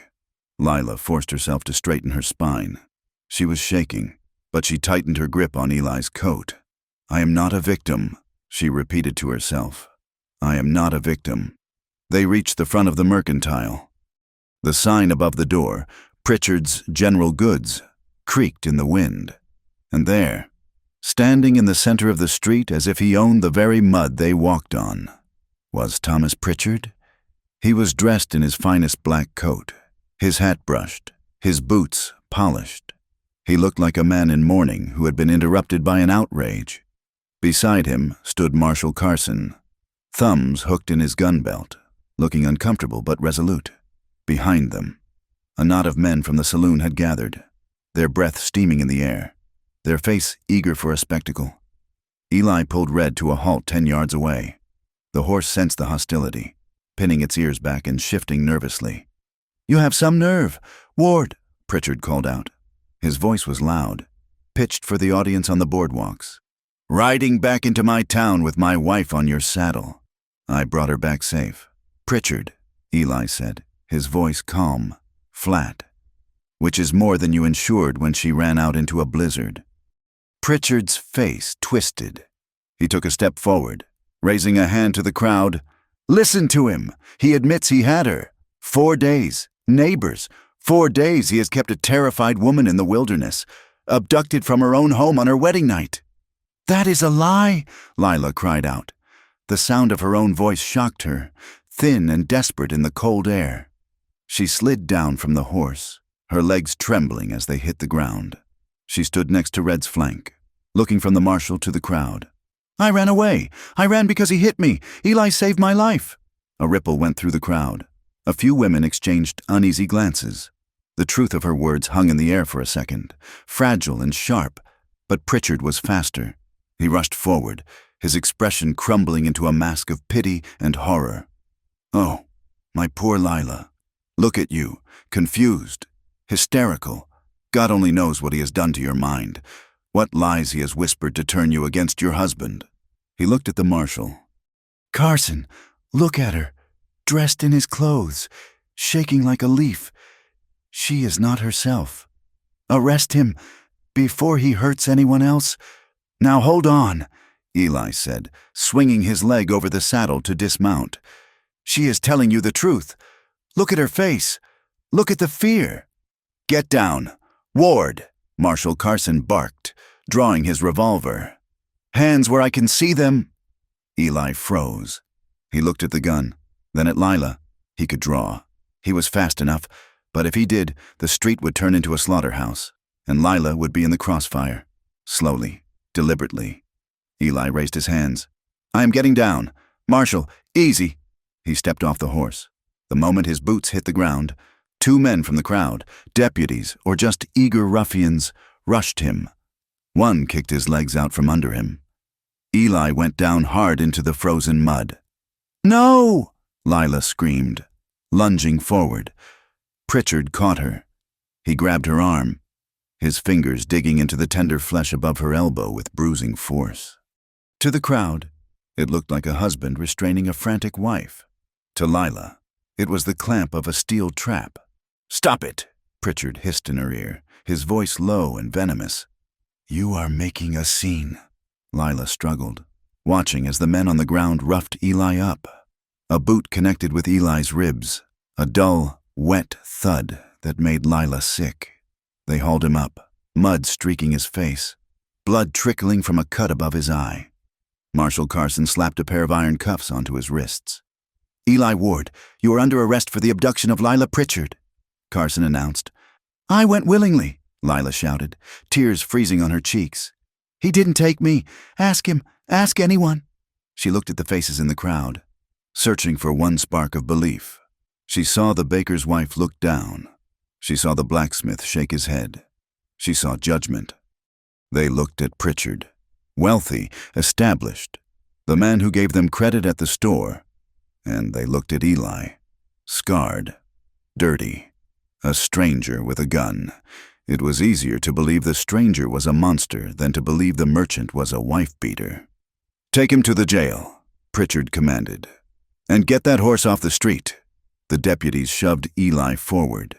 He stumbled, then regained his footing. He didn't look at the crowd. He looked straight at Lila. His eyes were dark and intense, burning with a message she couldn't quite read. Apology, warning, love. "Tell the truth, Lila," he said, his voice rough but audible. "Do not let them bury it."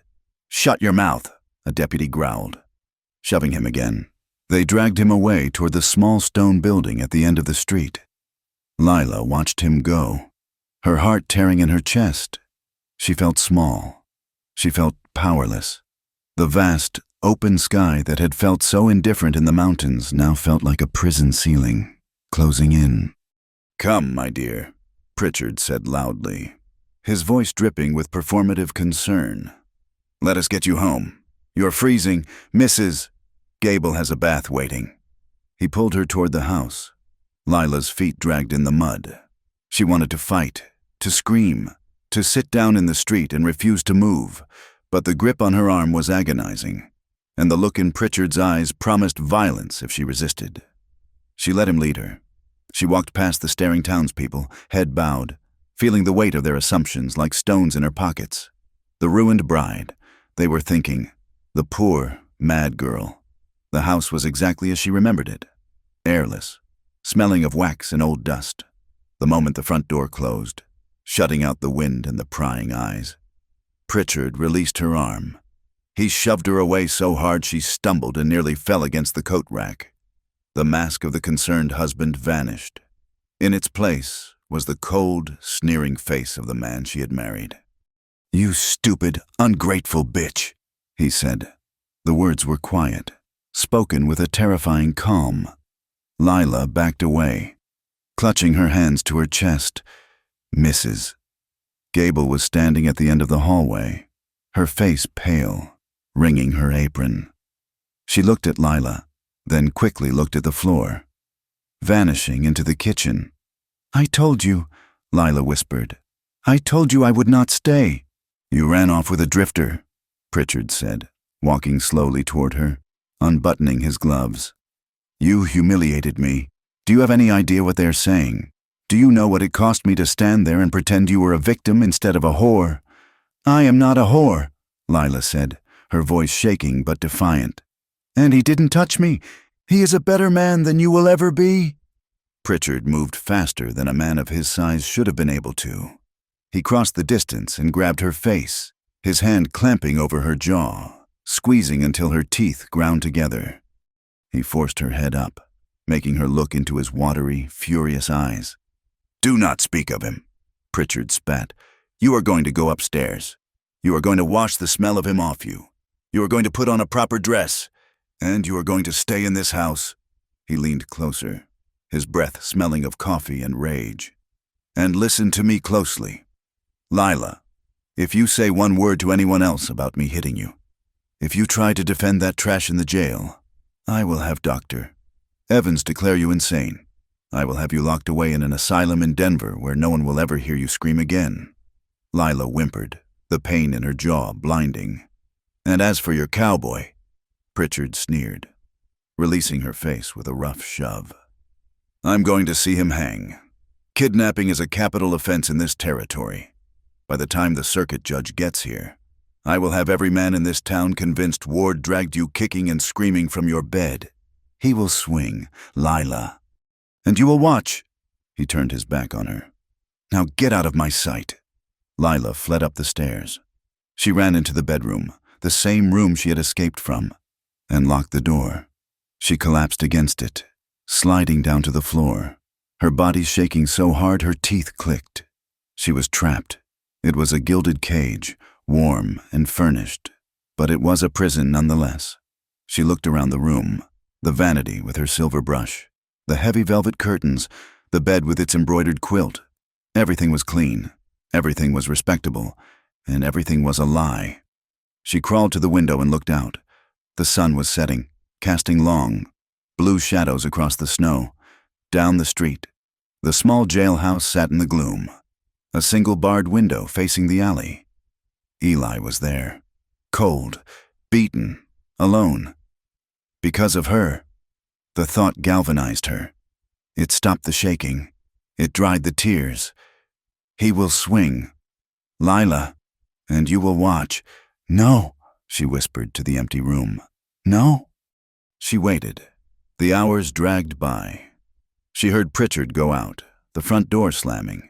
He would be at the saloon, buying drinks, solidifying his story, whipping the town into a frenzy of righteous indignation. She heard Mrs. Gable come upstairs, knock softly, and leave a tray of food outside the door. Lila didn't touch it. She watched the street. The town grew quiet. The lights in the windows winked out one by one. The wind picked up, rattling the panes, blowing a dusting of fresh snow over the ruts. Midnight came. The house was silent. Lila moved. She didn't have her coat. It had been taken downstairs. But she found a heavy wool cloak in the wardrobe. She wrapped it around herself, pulling the hood up. She didn't try the window this time. The trellis had been torn down, likely by Pritchard's order. She unlocked the bedroom door. The hallway was dark. She crept down the stairs, testing each board before putting her weight on it. The third step creaked. She froze, heart hammering, but no sound came from Mrs. Gable's room. She reached the back door. It was locked, the key missing. Panic flared. She went to the kitchen window. It was small, but she was slender. She unlatched it. It was frozen shut. She grabbed a heavy iron skillet from the stove and used the handle to pry at the frame, wrapping a towel around it to muffle the sound. With a sharp crack of breaking ice, it gave way. Lila climbed out into the snow. The cold hit her instantly, biting through the cloak, but she welcomed it. It was the same cold she had shared with Eli. It felt like an ally now. She kept to the shadows, moving behind the row of buildings that lined Main Street. The snow was deep here, soaking her hem, but she didn't stop. She reached the alley behind the jail. A light was burning inside. Through the back window, she could see the deputy. A young man named Toby, sitting at the desk. He had his feet up, a dime novel in his hands, his head nodding. He was half asleep. Lila went to the heavy oak door at the front. She took a breath, composed her face, and knocked. Toby jumped, dropping his book.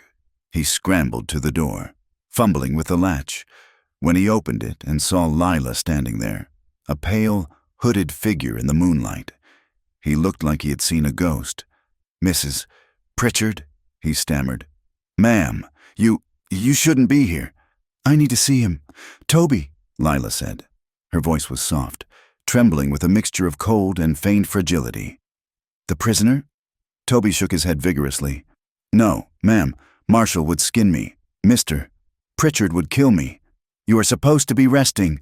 Lila stepped into the light of the lantern, letting the hood fall back. She let him see the bruise blooming on her jaw where Pritchard had grabbed her. She let him see the desperate, haunted look in her eyes. "Please," she whispered. I need to know why he did it. I need closure. Toby, I cannot sleep." "I see his face every time I close my eyes. If I could just ask him, just for a moment, maybe I could find some peace." Toby looked at the bruise. He looked at the beautiful, terrified woman who was pleading with him. He was 20 years old, and he had a soft heart. "5 minutes," he whispered, looking nervously up the street. "But you stay on this side of the bars. And if anyone comes, you hide in the back room." "Thank you," Lila breathed. Toby led her to the single cell at the back of the building. It was a stone box, damp and freezing. There was no stove back here.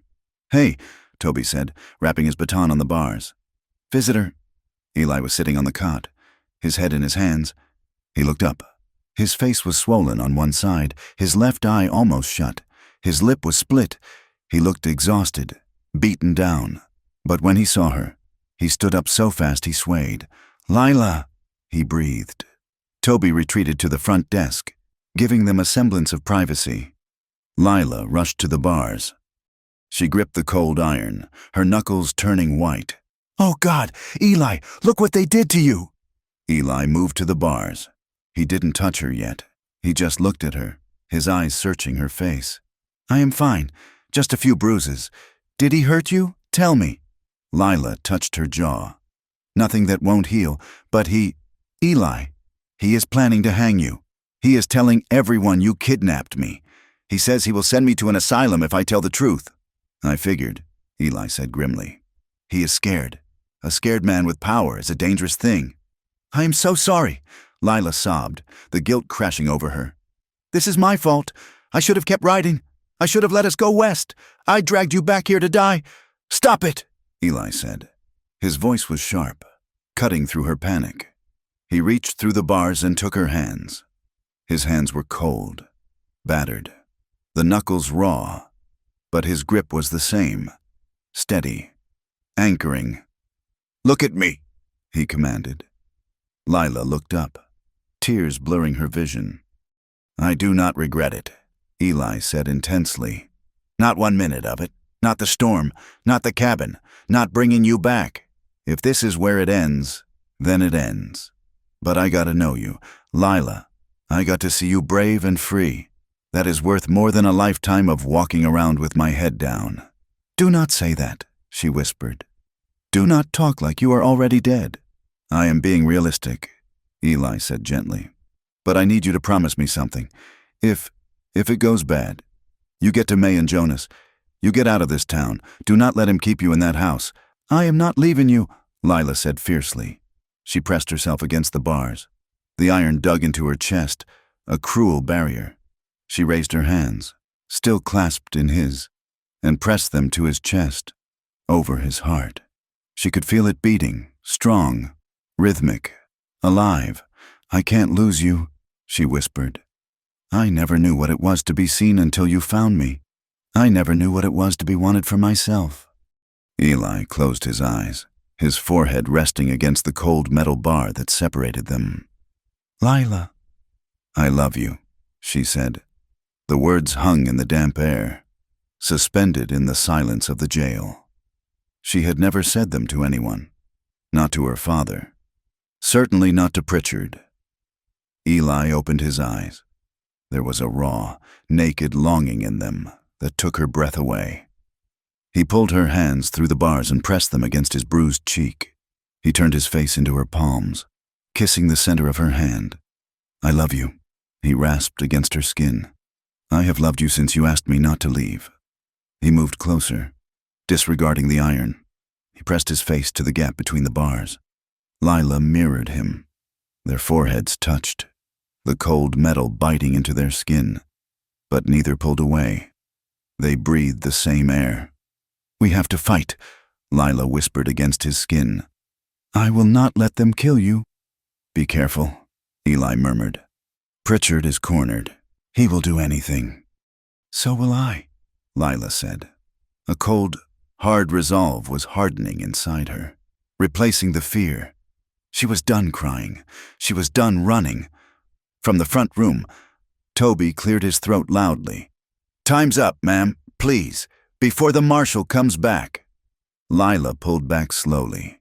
Her fingers trailed across Eli's cheek, memorizing the feel of the stubble, the heat of his skin.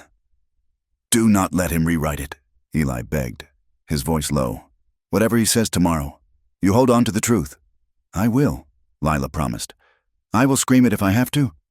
She stepped back, pulling her cloak tight.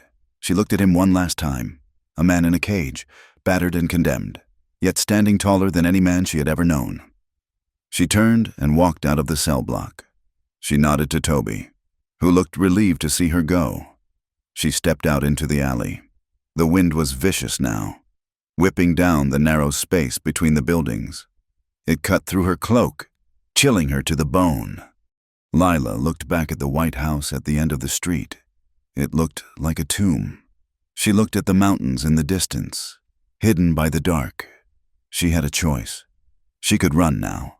She could steal a horse and vanish. She could save herself from the asylum, from Pritchard's fist. But that would leave Eli to the rope. Lila Carver. Pritchard turned her face into the wind. She wiped the last tear from her cheek. It froze instantly. "Let him try," she thought. "Let him try to silence me." She began the walk back to the White House, not as a prisoner returning to her cell, but as a soldier returning to enemy lines. She slipped back through the broken window, climbed the dark stairs, and lay down in the cold, empty bed. She didn't sleep. She watched the ceiling and sharpened her hate into a weapon she would use when the sun came up. The morning sun rose over Willow Ford like a bruised eye, offering light but no warmth. The town was already awake, a hive of nervous energy buzzing beneath the frozen surface. Thomas Pritchard had not slept. He had spent the hours before dawn moving between the marshal's office and the homes of the town councilmen, weaving a tapestry of lies that was as intricate as it was fragile. He spoke of female hysteria. He spoke of the shock of the storm breaking a delicate mind. He hinted, with a mournful shake of his head, that Lila had never been quite right since she stepped off the train, that the wilderness had triggered a latent madness common in women of weak constitution. By the time the church bell tolled at 9 o'clock, the narrative was set. Lila was not a victim. She was a confused invalid, and Eli Ward was the predator who had exploited her delusion.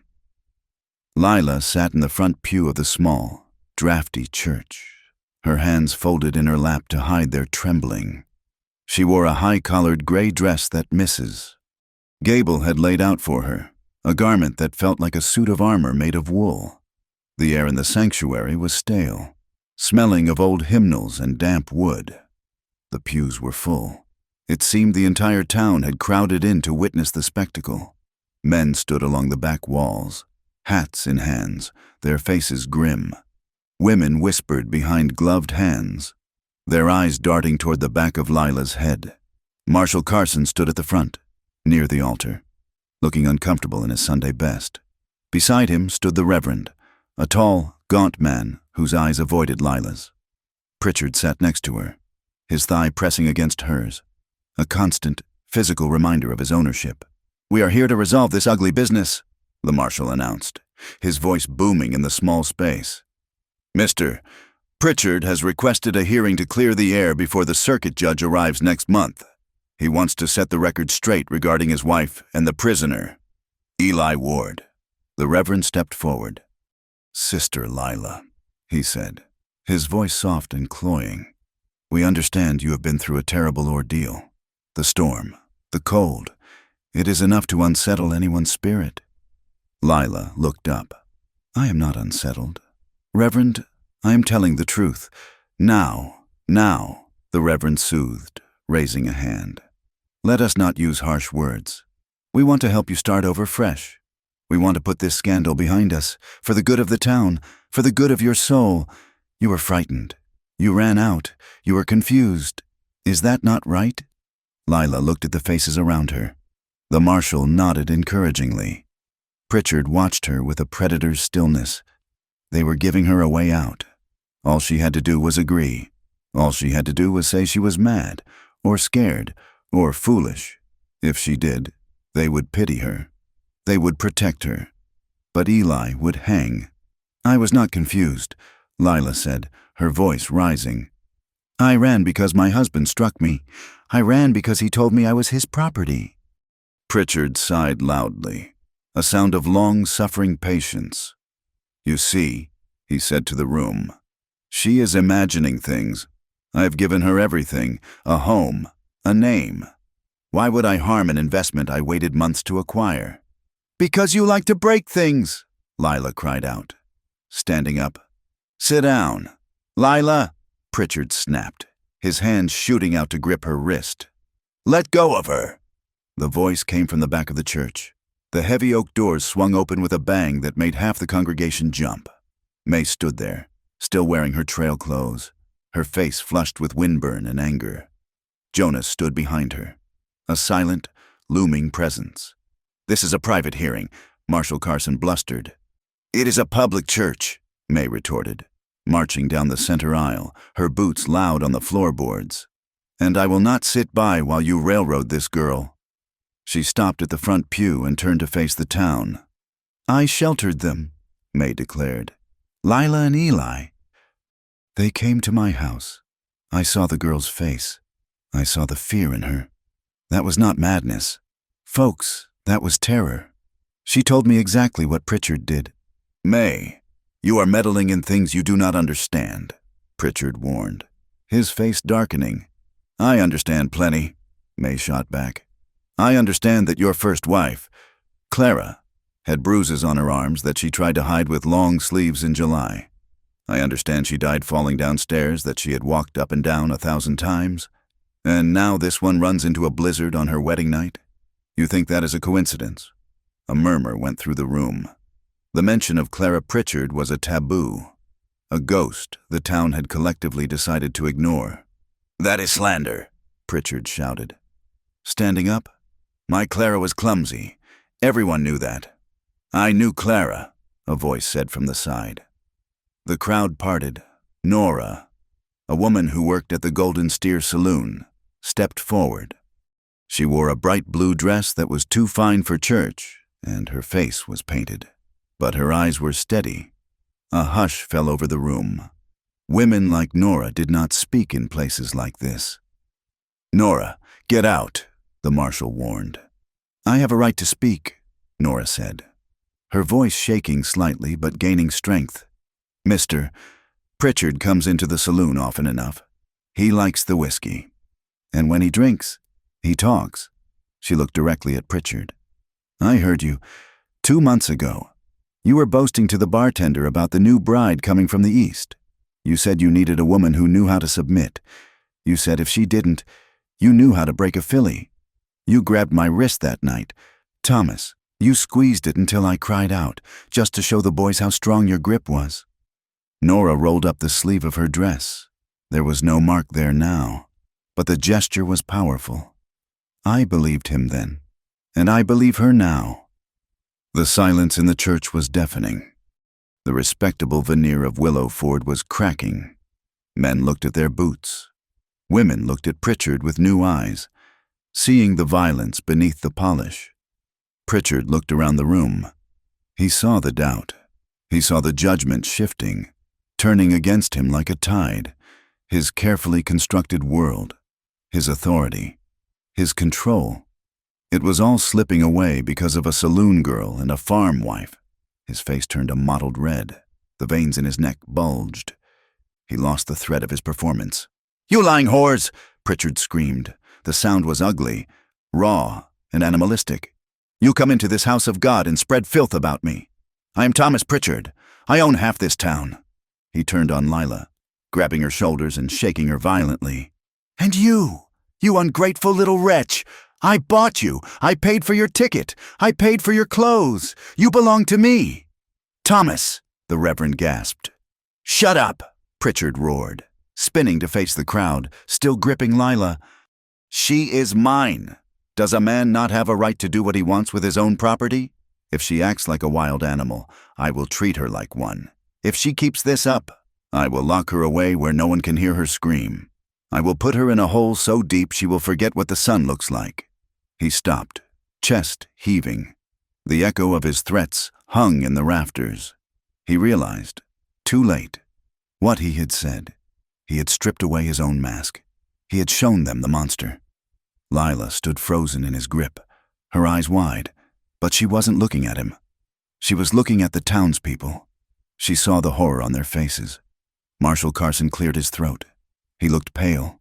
He looked at Pritchard, the man who had bought him drinks and loaned him money, and he saw a liability. "Thomas," the marshal said, his voice quiet. "Let her go." Pritchard released her as if she were hot iron.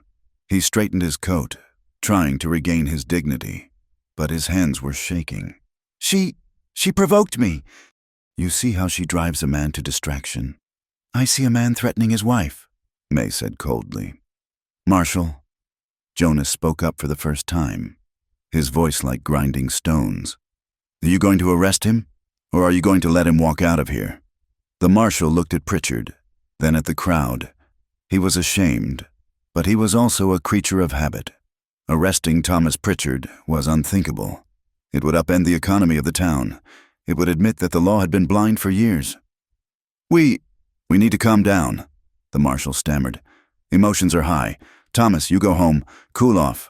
We will sort this out tomorrow. Everyone, clear the room." "And Eli?" Lila asked, her voice cutting through the noise. "What about Eli?" "Ward stays in the cell," the marshal said, his jaw setting stubbornly. "Until I figure out what is what. I am not letting a drifter loose in the middle of this mess." "You coward," Lila spat. "Go home, Mrs. "Pritchard," the marshal ordered, turning his back. Pritchard grabbed Lila's arm again, but this time, the crowd watched. He didn't squeeze. He guided her out, his head high, ignoring the whispers that rose like steam around him. But Lila felt the vibration of his rage. It wasn't over. It had just become more dangerous. The rest of the day was a blur of terrified anticipation. Pritchard did not speak to her. He paced the parlor, drinking steadily. He watched the street from behind the curtains. He knew his time was running out. The town knew. The doubt had been sown. By tomorrow, the questions would turn into accusations. He had to move. Lila sat in the corner, watching him. She knew he was planning something. She tried to catch Mrs. Gable's eye, but the housekeeper was terrified, hiding in the kitchen. Night fell, bringing a heavy, suffocating darkness. At 10 o'clock, Pritchard came for her. "Get your cloak," he said. His voice was slurred, but his movements were precise and forceful. "Where are we going?" Lila asked, backing away. "Away," he said. "This town is poisoned. Ungrateful. We are leaving." "I am not going with you," Lila said. He pulled a gun from his waistband, a small, silver-plated derringer. He pointed it at her chest. "You are going, or I will shoot you right here and tell the marshal you attacked me. Get the cloak." Lila put on the cloak. She walked out into the cold night. A wagon was waiting in the alley behind the house, hitched to 2 nervous horses. It was loaded with trunks. "Get in," Pritchard ordered. Lila climbed onto the wooden seat. Pritchard climbed up beside her, keeping the gun in his lap. He snapped the reins, and the wagon lurched forward, skidding on the ice. They didn't take the main road. They headed north, toward the Badlands, toward the mining camps where the law was bought with gold dust and no one asked questions about a man and his silent wife. In the jailhouse, Eli paced the small cell. He had heard the shouting from the church earlier that day, muffled by the stone walls, but he didn't know the outcome. He only knew that no one had come to release him. The back door opened. A draft of cold air swept in. Jonas stepped into the light. He was alone. "Where's the deputy?" Eli asked, gripping the bars. "Toby went to check on a disturbance at the livery," Jonas said. "Or so he will say. He left his keys on the desk. He is a good boy. That Toby just needed a little convincing that his soul was worth more than his job." Jonas picked up the ring of keys. He walked to the cell and unlocked the door. The sound of the tumblers clicking was the sweetest music Eli had ever heard. "Pritchard took her," Jonas said without preamble. "About 20 minutes ago. May was watching the house. They took the north alley in a wagon." "North?" Eli stepped out, rubbing his wrists. "There is nothing north but the breaks and the old mines." "Exactly," Jonas said. "He is running, Eli, and he has got her with him." "He will kill her," Eli said. The thought was a cold spike in his gut. If he thinks he can't keep her, he will kill her. "Toby left the stove damper open too wide," Jonas said, gesturing to the potbelly stove in the front room. "If we throw a little lamp oil on it, it might flare up, create a distraction. Give us a reason for the prisoner to have escaped in the confusion." Eli grabbed a heavy coat from the rack, his own, reclaimed from the evidence pile. "Do it!" Jonas splashed a cup of kerosene into the stove. The flames roared up the chimney, belching black smoke into the room. He ran to the door and shouted, "Fire! Fire at the jail!" In the chaos, Eli slipped out the back. "Take my horse," Jonas hissed, pressing the reins of the plow horse into Eli's hand. "He is slow, but he is strong. I will hold the marshal off." "Thank you, brother," Eli said. He swung onto the horse's bare back. He didn't have a saddle. He didn't have his rifle. But he had the Colt revolver Jonas had slipped into his pocket. And he had a rage that burned hotter than the stove. He kicked the horse into a gallop, heading north. He knew the trails. He knew the land. And he knew that Pritchard, in his arrogance, would stick to the flattest ground for the wagon. Eli cut across the fields, aiming for the narrow canyon that led to the mining district. It was called the Devil's Throat. It was the only way a wagon could pass through the first range of hills. The wind whipped his hair into his eyes. The moon was a sliver, casting long, deceptive shadows on the snow. The ground was treacherous, hidden rocks, deep drifts, patches of slick ice. Eli rode with a reckless desperation, trusting the horse to find its footing. He had to beat them to the canyon. Lila clung to the side of the wagon as it bounced and slammed over the frozen ruts. Pritchard was driving like a madman, whipping the horses, cursing the darkness. "Slow down!" she screamed as the wagon nearly tipped on a sharp turn. "You will kill us!" "Shut up!" Pritchard shouted back. "We have to get through the pass before they realize we are gone." Lila looked at the landscape passing by. It was a nightmare of jagged rock and snow. The Badlands. She knew there were ravines here, deep fissures in the earth hidden by snow bridges. One wrong wheel turn and they would plummet into darkness. She looked at Pritchard. His profile was lit by the moonlight, teeth bared, eyes wide and unblinking. He wasn't calculating anymore. He was unraveled. Terror clawed at her throat, but beneath it, a cold, hard anger solidified. She looked at the drop-off to her right. She looked at the gun in his lap. "I am not going to the mines," she thought. "I am not going to let him lock me away." The wagon hit a rock, jolting them violently. The gun slid from Pritchard's lap to the floorboards near his feet. Lila saw it. Pritchard saw it. He reached down, taking his hand off the reins for a second. Lila didn't think. She kicked. She drove the heel of her boot into his hand as he reached for the weapon. Pritchard howled in pain. "You bitch!" He grabbed her ankle. Lila grabbed the side of the wagon and pulled, trying to free herself. The horses, sensing the loss of control and the struggle behind them, surged forward, panicking. The wagon careened toward the entrance of the Devil's Throat. The canyon walls rose up on either side, steep and menacing, blotting out the stars. Suddenly, a shadow detached itself from the canyon wall ahead. A horse and rider blocked the narrow path. It was Eli. He sat motionless on the plow horse, a dark silhouette against the snow. His gun raised. "Pull up, Pritchard!" Eli's voice echoed off the rock walls, booming like thunder. Pritchard looked up, startled. He saw the man he thought was locked in a cell. He yanked back on the reins with his good hand, screaming at the horses. "Whoa! Damn you! Whoa!" The wagon skidded, the wheels locking on the ice. It slid sideways, slewing dangerously close to the canyon wall before grinding to a halt 20 feet from Eli. The silence that followed was heavy, broken only by the heaving breath of the horses and the wind moaning through the rocks. "Get out of the way! Ward!" Pritchard screamed, his voice cracking. "I will run you down." "Let her go," Eli said. He held the gun steady. "Step down from the wagon. Thomas, it is over." "It is never over." Pritchard scrambled for the gun on the floorboards. He found it. He brought it up. "Eli, look out!" Lila screamed. Pritchard lunged across the seat, using Lila as a shield, aiming the Derringer over her shoulder. Eli couldn't shoot. Lila was in the way. "You want her?" Pritchard shrieked. "You want my leavings? Take her!" He didn't fire at Eli. In a spasm of pure, spiteful madness, he fired into the air, right next to the ear of the left-hand horse.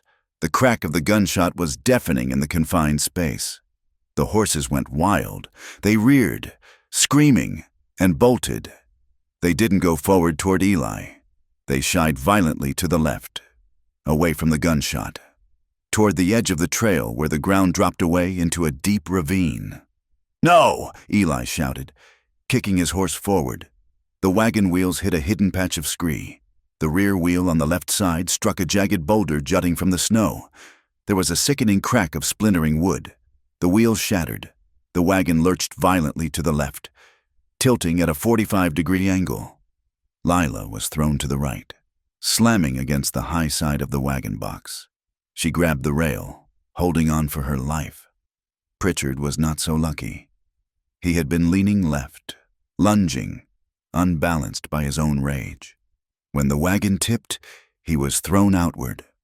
He flailed, his hands clawing at the air. He tried to grab the side of the wagon, but his gloves slipped on the icy wood. "Lila!" he screamed, a sound of pure terror.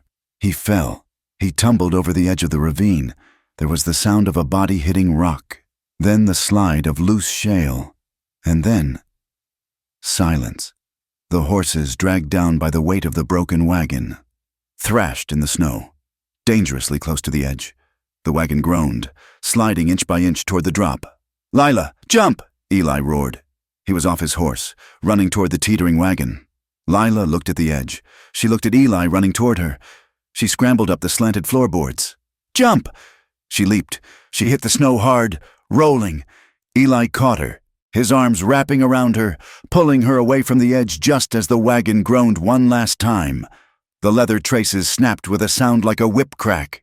The horses scrambled free, bolting down the canyon. The wagon box slid backward, teetered for a second, and then vanished into the dark ravine after its owner. A heavy crash echoed up from the depths, followed by the rumble of a small avalanche.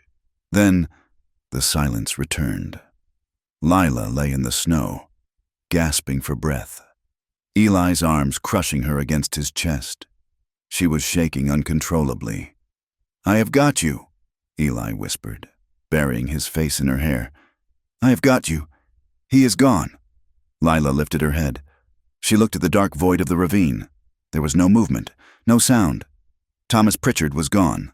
The man who had bought her, the man who had claimed to own her, lay broken on the rocks below, claimed by the very land he had tried to conquer. "It was an accident," Lila whispered, the shock making her voice sound distant. "The wheel, the horse." "It was the West," Eli said grimly. "And it was him. He did it to himself." He helped her stand. Her legs were weak, but she stood. They were alone in the canyon, under the bone-white moon.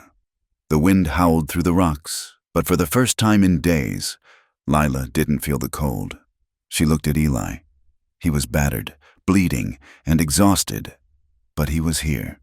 "He is dead," Lila said, the reality finally sinking in. "I am free." "You are free," Eli confirmed. He took off his coat and wrapped it around her shoulders. "Come on, let us catch that horse. We have a long walk back to town." "To tell them?" Lila asked. "To tell them everything," Eli said. "No more running." Lila nodded. She took his hand. Together. They turned their backs on the dark ravine and began the walk back toward the lights of Willow Ford. The wind moaned through the canyon, a hollow, mournful sound that scoured the rock walls and stirred the snow where the wagon had gone over. Eli stood near the edge, his chest heaving, the vapor of his breath snatched away by the gale. Beside him, Lila trembled, not from the cold, but from the aftershock of violence. They looked down into the darkness. There was no movement from the crumpled shape on the rocks below. Thomas Pritchard was gone. The silence that followed was absolute, heavier than the storm that had brought them together. Eli turned away from the abyss, his face grim and shadowed in the moonlight. He looked at Lila, his eyes hard with a cynicism born of a lifetime of hard luck. "They will say I did it," Eli said flatly. "A man falls off a cliff while arguing with the man who supposedly stole his wife. The town will not see an accident. Lila, they will see murder. Pritchard is dead, but his money and his lies are still alive back in Willow Ford." He walked toward his horse, checking the cinch. "You take the horse. Ride for the pass. I will draw them off if they come looking. Go to Jonas. He will get you west." "No," Lila said. The word was quiet, but it stopped Eli in his tracks. He turned to look at her. She was standing in the snow, wrapped in his oversized coat, her hair wild and tangled, but her chin was lifted. "I am not running," she said, her voice gaining strength. "I ran from the house. I ran from the wedding. I ran from the truth. Look where it got us. It got us here, freezing in a canyon with a dead man." She walked over to him and took the reins from his hand. "We are going back. Eli, we are taking him with us, and we are going to tell them exactly what happened." "Lila," Eli warned, his voice rough with concern. "You saw the hearing. They do not want the truth. They want a hanging." "Then let them look me in the eye when they do it," Lila said. "I am done being afraid of them. We carry him back. We lay him out in the street, and we make them look." It took them 2 grueling hours to retrieve the body, using the ropes from the shattered wagon and the strength of the plow horse. Eli hauled Pritchard's broken form up from the ravine. It was grim, silent work. Lila did not look away. She helped guide the ropes, her hands numb, her face set in stone. They lashed the body to the back of the horse, wrapped in a blanket from the wreckage. They began the long walk back to Willow Ford. They did not ride. They walked side by side, leading the horse. 2 dark figures moving through the blue-gray light of the pre-dawn Badlands. The sun was bleeding a thin, watery red over the eastern horizon when they reached the edge of town. Willow Ford was just waking up. Smoke curled from chimneys. A few early risers were clearing snow from the boardwalks. The sight of them stopped the town cold. Eli Ward, bruised and bloody, walking with a limp. Lila Pritchard, pale and fierce, her hand gripping Eli's arm. And behind them, the horse carrying the unmistakable burden of death. They walked straight down the center of Main Street. People stepped out of shops. The blacksmith let his hammer fall. Misses. Miller came out of the bakery, wiping her hands on her apron, her mouth falling open. No one spoke. The only sound was the crunch of boots on snow and the heavy plodding of the horse. They stopped in front of the marshal's office. Lila stepped forward. She untied the rope holding the body and let it slide down to the frozen mud with a dull thud. She pulled back the blanket, revealing Thomas Pritchard's face, frozen in a mask of terror and rage. "He is dead," Lila announced. Her voice was not loud, but in the silence of the street, it carried to the saloon and the church. Marshal Carson burst out of his office, pulling his suspenders up, his eyes wide. The Reverend followed, clutching a Bible. A crowd began to form, a tight, anxious ring of faces. "My God," the marshal stammered, looking at the body. "Ward, you killed him. I knew it. You murdered him in cold blood." "He fell," Eli said, his voice ragged. "The wagon went over the edge in Devil's throat. He was fighting." He lost his footing. "Likely story," a man shouted from the back. "Hang him! Get a rope!" another yelled. The mood shifted instantly. It turned ugly. Men surged forward, their fear of the unknown turning into hatred for the outsider. "Stop!" Lila screamed. She stepped between Eli and the mob. She didn't shrink this time. She didn't look for an exit. She looked straight at the marshal. "If you hang him, you hang me too," Lila declared. "Because I was there. I saw it. Thomas Pritchard drove that wagon into the canyon because he was trying to kidnap me. He pulled a gun. He fired it. He spooked the horses. He died because he was a fool and a tyrant who cared more about owning me than he did about his own life." "Lila, child," the Reverend said, stepping forward with his hands raised. "You are distraught. You do not know what you are saying."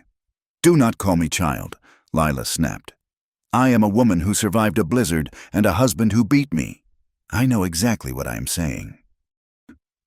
The crowd wavered. Then, the sound of hoofbeats thundered down the street. Jonas and May rode in. Their horses lathered. They pulled up beside Lila, flanked by Nora from the saloon and Toby, the young deputy. "She is telling the truth," May shouted, swinging down from her saddle. She stood beside Lila, shoulder to shoulder. "Pritchard kidnapped her last night. I saw the wagon leave. He was running." "And I let him out," Toby said, his voice shaking as he pointed at Eli. The marshal spun around. "You what?" "I gave Jonas the keys," Toby said, taking off his badge and holding it tightly. "I let Eli go because I heard Pritchard in the cell that night. I heard him threaten to put his wife in an asylum. I joined the law to do right. Marshal, not to protect rich men who hurt women." "And I told you what he was," Nora called out from the edge of the crowd. "I told you he was a breaker. Now look at him. Broke himself." The marshal looked at his deputy. He looked at the body in the mud. He looked at Lila, standing defiant in the cold light, surrounded by the town's outcasts, a farm wife, a saloon girl, a renegade deputy, and a scarred cowboy. He looked at the faces of the townspeople. They weren't shouting for a rope anymore. They were looking at Pritchard's body with a dawning, uncomfortable realization. They remembered the bruises on his first wife. They remembered his temper. The illusion of respectability had shattered on the rocks of the canyon. "There is no evidence of a shooting," Jonas pointed out, gesturing to the body. "No bullet holes, just a fall. If Eli wanted him dead, he would have shot him." The marshal rubbed his face, looking suddenly old and tired. He looked at the Reverend, who had gone pale and silent. There was no way to spin this. The weight of the truth was too heavy to lift. "Take the body to the undertaker," the marshal ordered quietly. He looked at Eli. "You stay in town. Ward, do not leave. We wait for the circuit judge." "I am not going anywhere," Eli said. He reached out and took Lila's hand. The weeks that followed were a slow thaw. The snow melted into slush, and the wind lost its biting edge. The circuit judge arrived in a black buggy, a man with steel-gray hair and eyes that had seen every kind of human folly. He held court in the schoolhouse. He listened to Lila. He listened to Eli. He listened to the reluctant testimony of the marshal and the fiery deposition of May. It took 2 days. "It is the finding of this court," the judge announced, banging his gavel, "that Thomas Pritchard died by misadventure of his own making.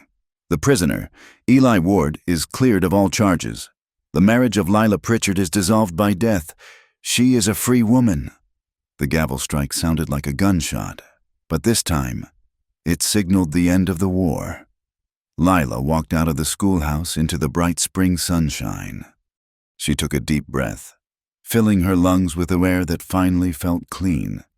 But the town did not forgive easily. As Lila walked down the street, Mrs. Miller crossed to the other side to avoid her. 2 women outside the mercantile whispered behind their hands. The words "harlot" and "enticed" floating on the breeze. To them, Lila was still the woman who had ruined a wealthy man and run off with a drifter. They could not accept her courage because it highlighted their own silence. Eli was waiting for her by the livery stable. He saw the women turn away. He saw the stiffness in Lila's back. "They will never let you forget," Eli said quietly. "I do not want them to forget," Lila said, looking at him. "And I do not care if they like me. I have the people who matter." She nodded toward the saloon where Nora was sweeping the porch, and toward the wagon where Jonas and May were loading supplies. Nora waved. May smiled. "You have friends," Eli said. "Real ones." "I have more than that," Lila said.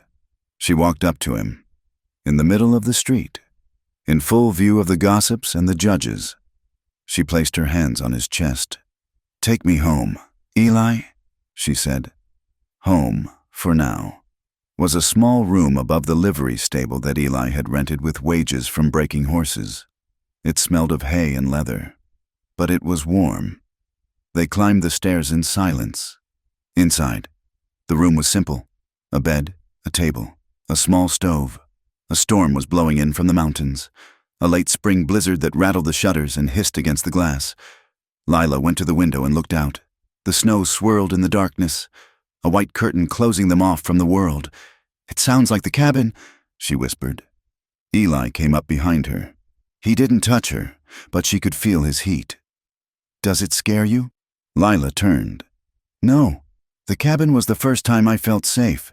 It was the first time I realized I didn't have to be cold." She looked at him. The bruises on his face had faded to yellow, but the scar on his jaw was stark white. He looked at her with a hunger he had held in check for months, a desire tempered by a profound respect. "Lila," he said, his voice rough, "you are a widow now. You are free. You do not have to be with me because I saved you. You do not owe me anything." "Is that what you think?" Lila asked. She stepped closer. "That I am here for a debt." "I am a cowboy with nothing but a saddle and a bad name," Eli said. "You could go back east. You could start over." "I am starting over," Lila said. "Right here." She reached out and unbuttoned his shirt. Her fingers brushed his skin, warm and alive. "I do not want the East, and I do not want a man who thinks he owns me. I want the man who stayed." Eli let out a breath that sounded like a surrender. He reached for her, his hands framing her face, his thumbs tracing the line of her jaw. "Are you sure?" he asked, searching her eyes. "I have never been more sure of anything," Lila whispered. She kissed him. It wasn't the tentative, desperate connection of the jail cell. It was deep, slow, and claiming. It was a kiss that tasted of freedom. Eli lifted her up. She wrapped her legs around his waist, burying her hands in his hair. He carried her to the bed.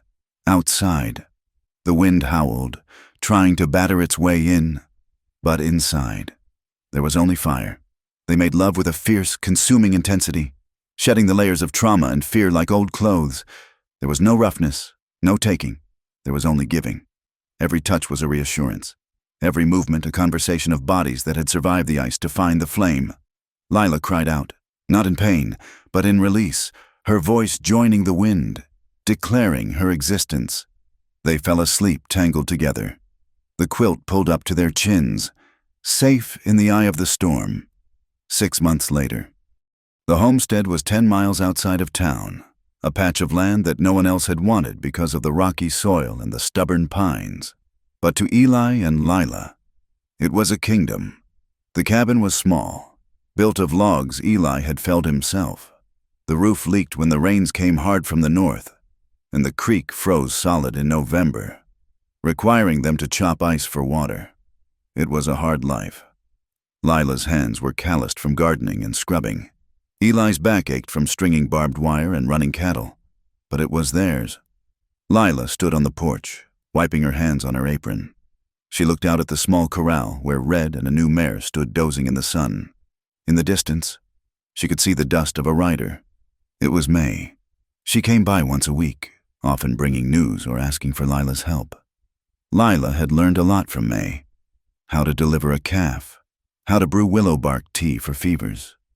Just last week, they had ridden to a farm in the next valley to help a young woman through a difficult birth. Lila had held the woman's hand, whispering words of strength, passing on the courage she had found in the snow. Eli rode in from the pasture, swinging down from the saddle. He tipped his hat to May as she rode up. "Afternoon. Eli," May called. "Sheriff in the next county says they found a boy hiding in a barn. Parents died of fever on the trail. Needs a place for a while?" Eli looked at Lila. They didn't need to speak. They had talked about this in the quiet evenings, about filling the house with life, about being the safety they had both needed. "Bring him," Eli said. "We have room." "We have plenty," Lila added, smiling. Winter came early that year. By December, the snow was piled high against the walls of the cabin. Inside, the fire crackled in the hearth, throwing orange light against the chinked logs. The wind was a familiar beast now, howling around the corners, scratching at the door. Eli sat in the big wooden chair he had carved during the long evenings. Lila sat on the rug between his knees, leaning back against his legs. He was brushing her hair, a nightly ritual that was as soothing as it was intimate. "Listen to it," Eli said softly, pausing with the brush. The wind shrieked, a high, lonely sound. "It sounds angry," Lila said. "It is just searching," Eli said, "looking for something to freeze." Lila shivered, but it was a reflex, not fear. She turned her head, resting her cheek against his knee. "Do you remember? That first night in the line cabin?" "I remember every minute," Eli said. His hand came down to rest on her shoulder. "I was so cold," Lila said. "I thought I would never be warm again. I begged you not to leave." "I know," Eli said. Lila twisted around so she could look up at him. The firelight caught the silver in the scar on his jaw, turning it into a badge of honor. "I'm glad you didn't," she said softly. "I'm glad you didn't walk out that door." Eli smiled. It was a slow, easy smile that reached his dark eyes, crinkling the corners. He leaned down, cupping her face in his rough, warm hands. "I never really could have, Lila," he said. "Not once I saw you. You are the only fire in a frozen world. A man does not walk away from that." He kissed her. It was a quiet kiss, lingering and sweet, tasting of coffee and contentment. Outside, the west was vast and cold and merciless.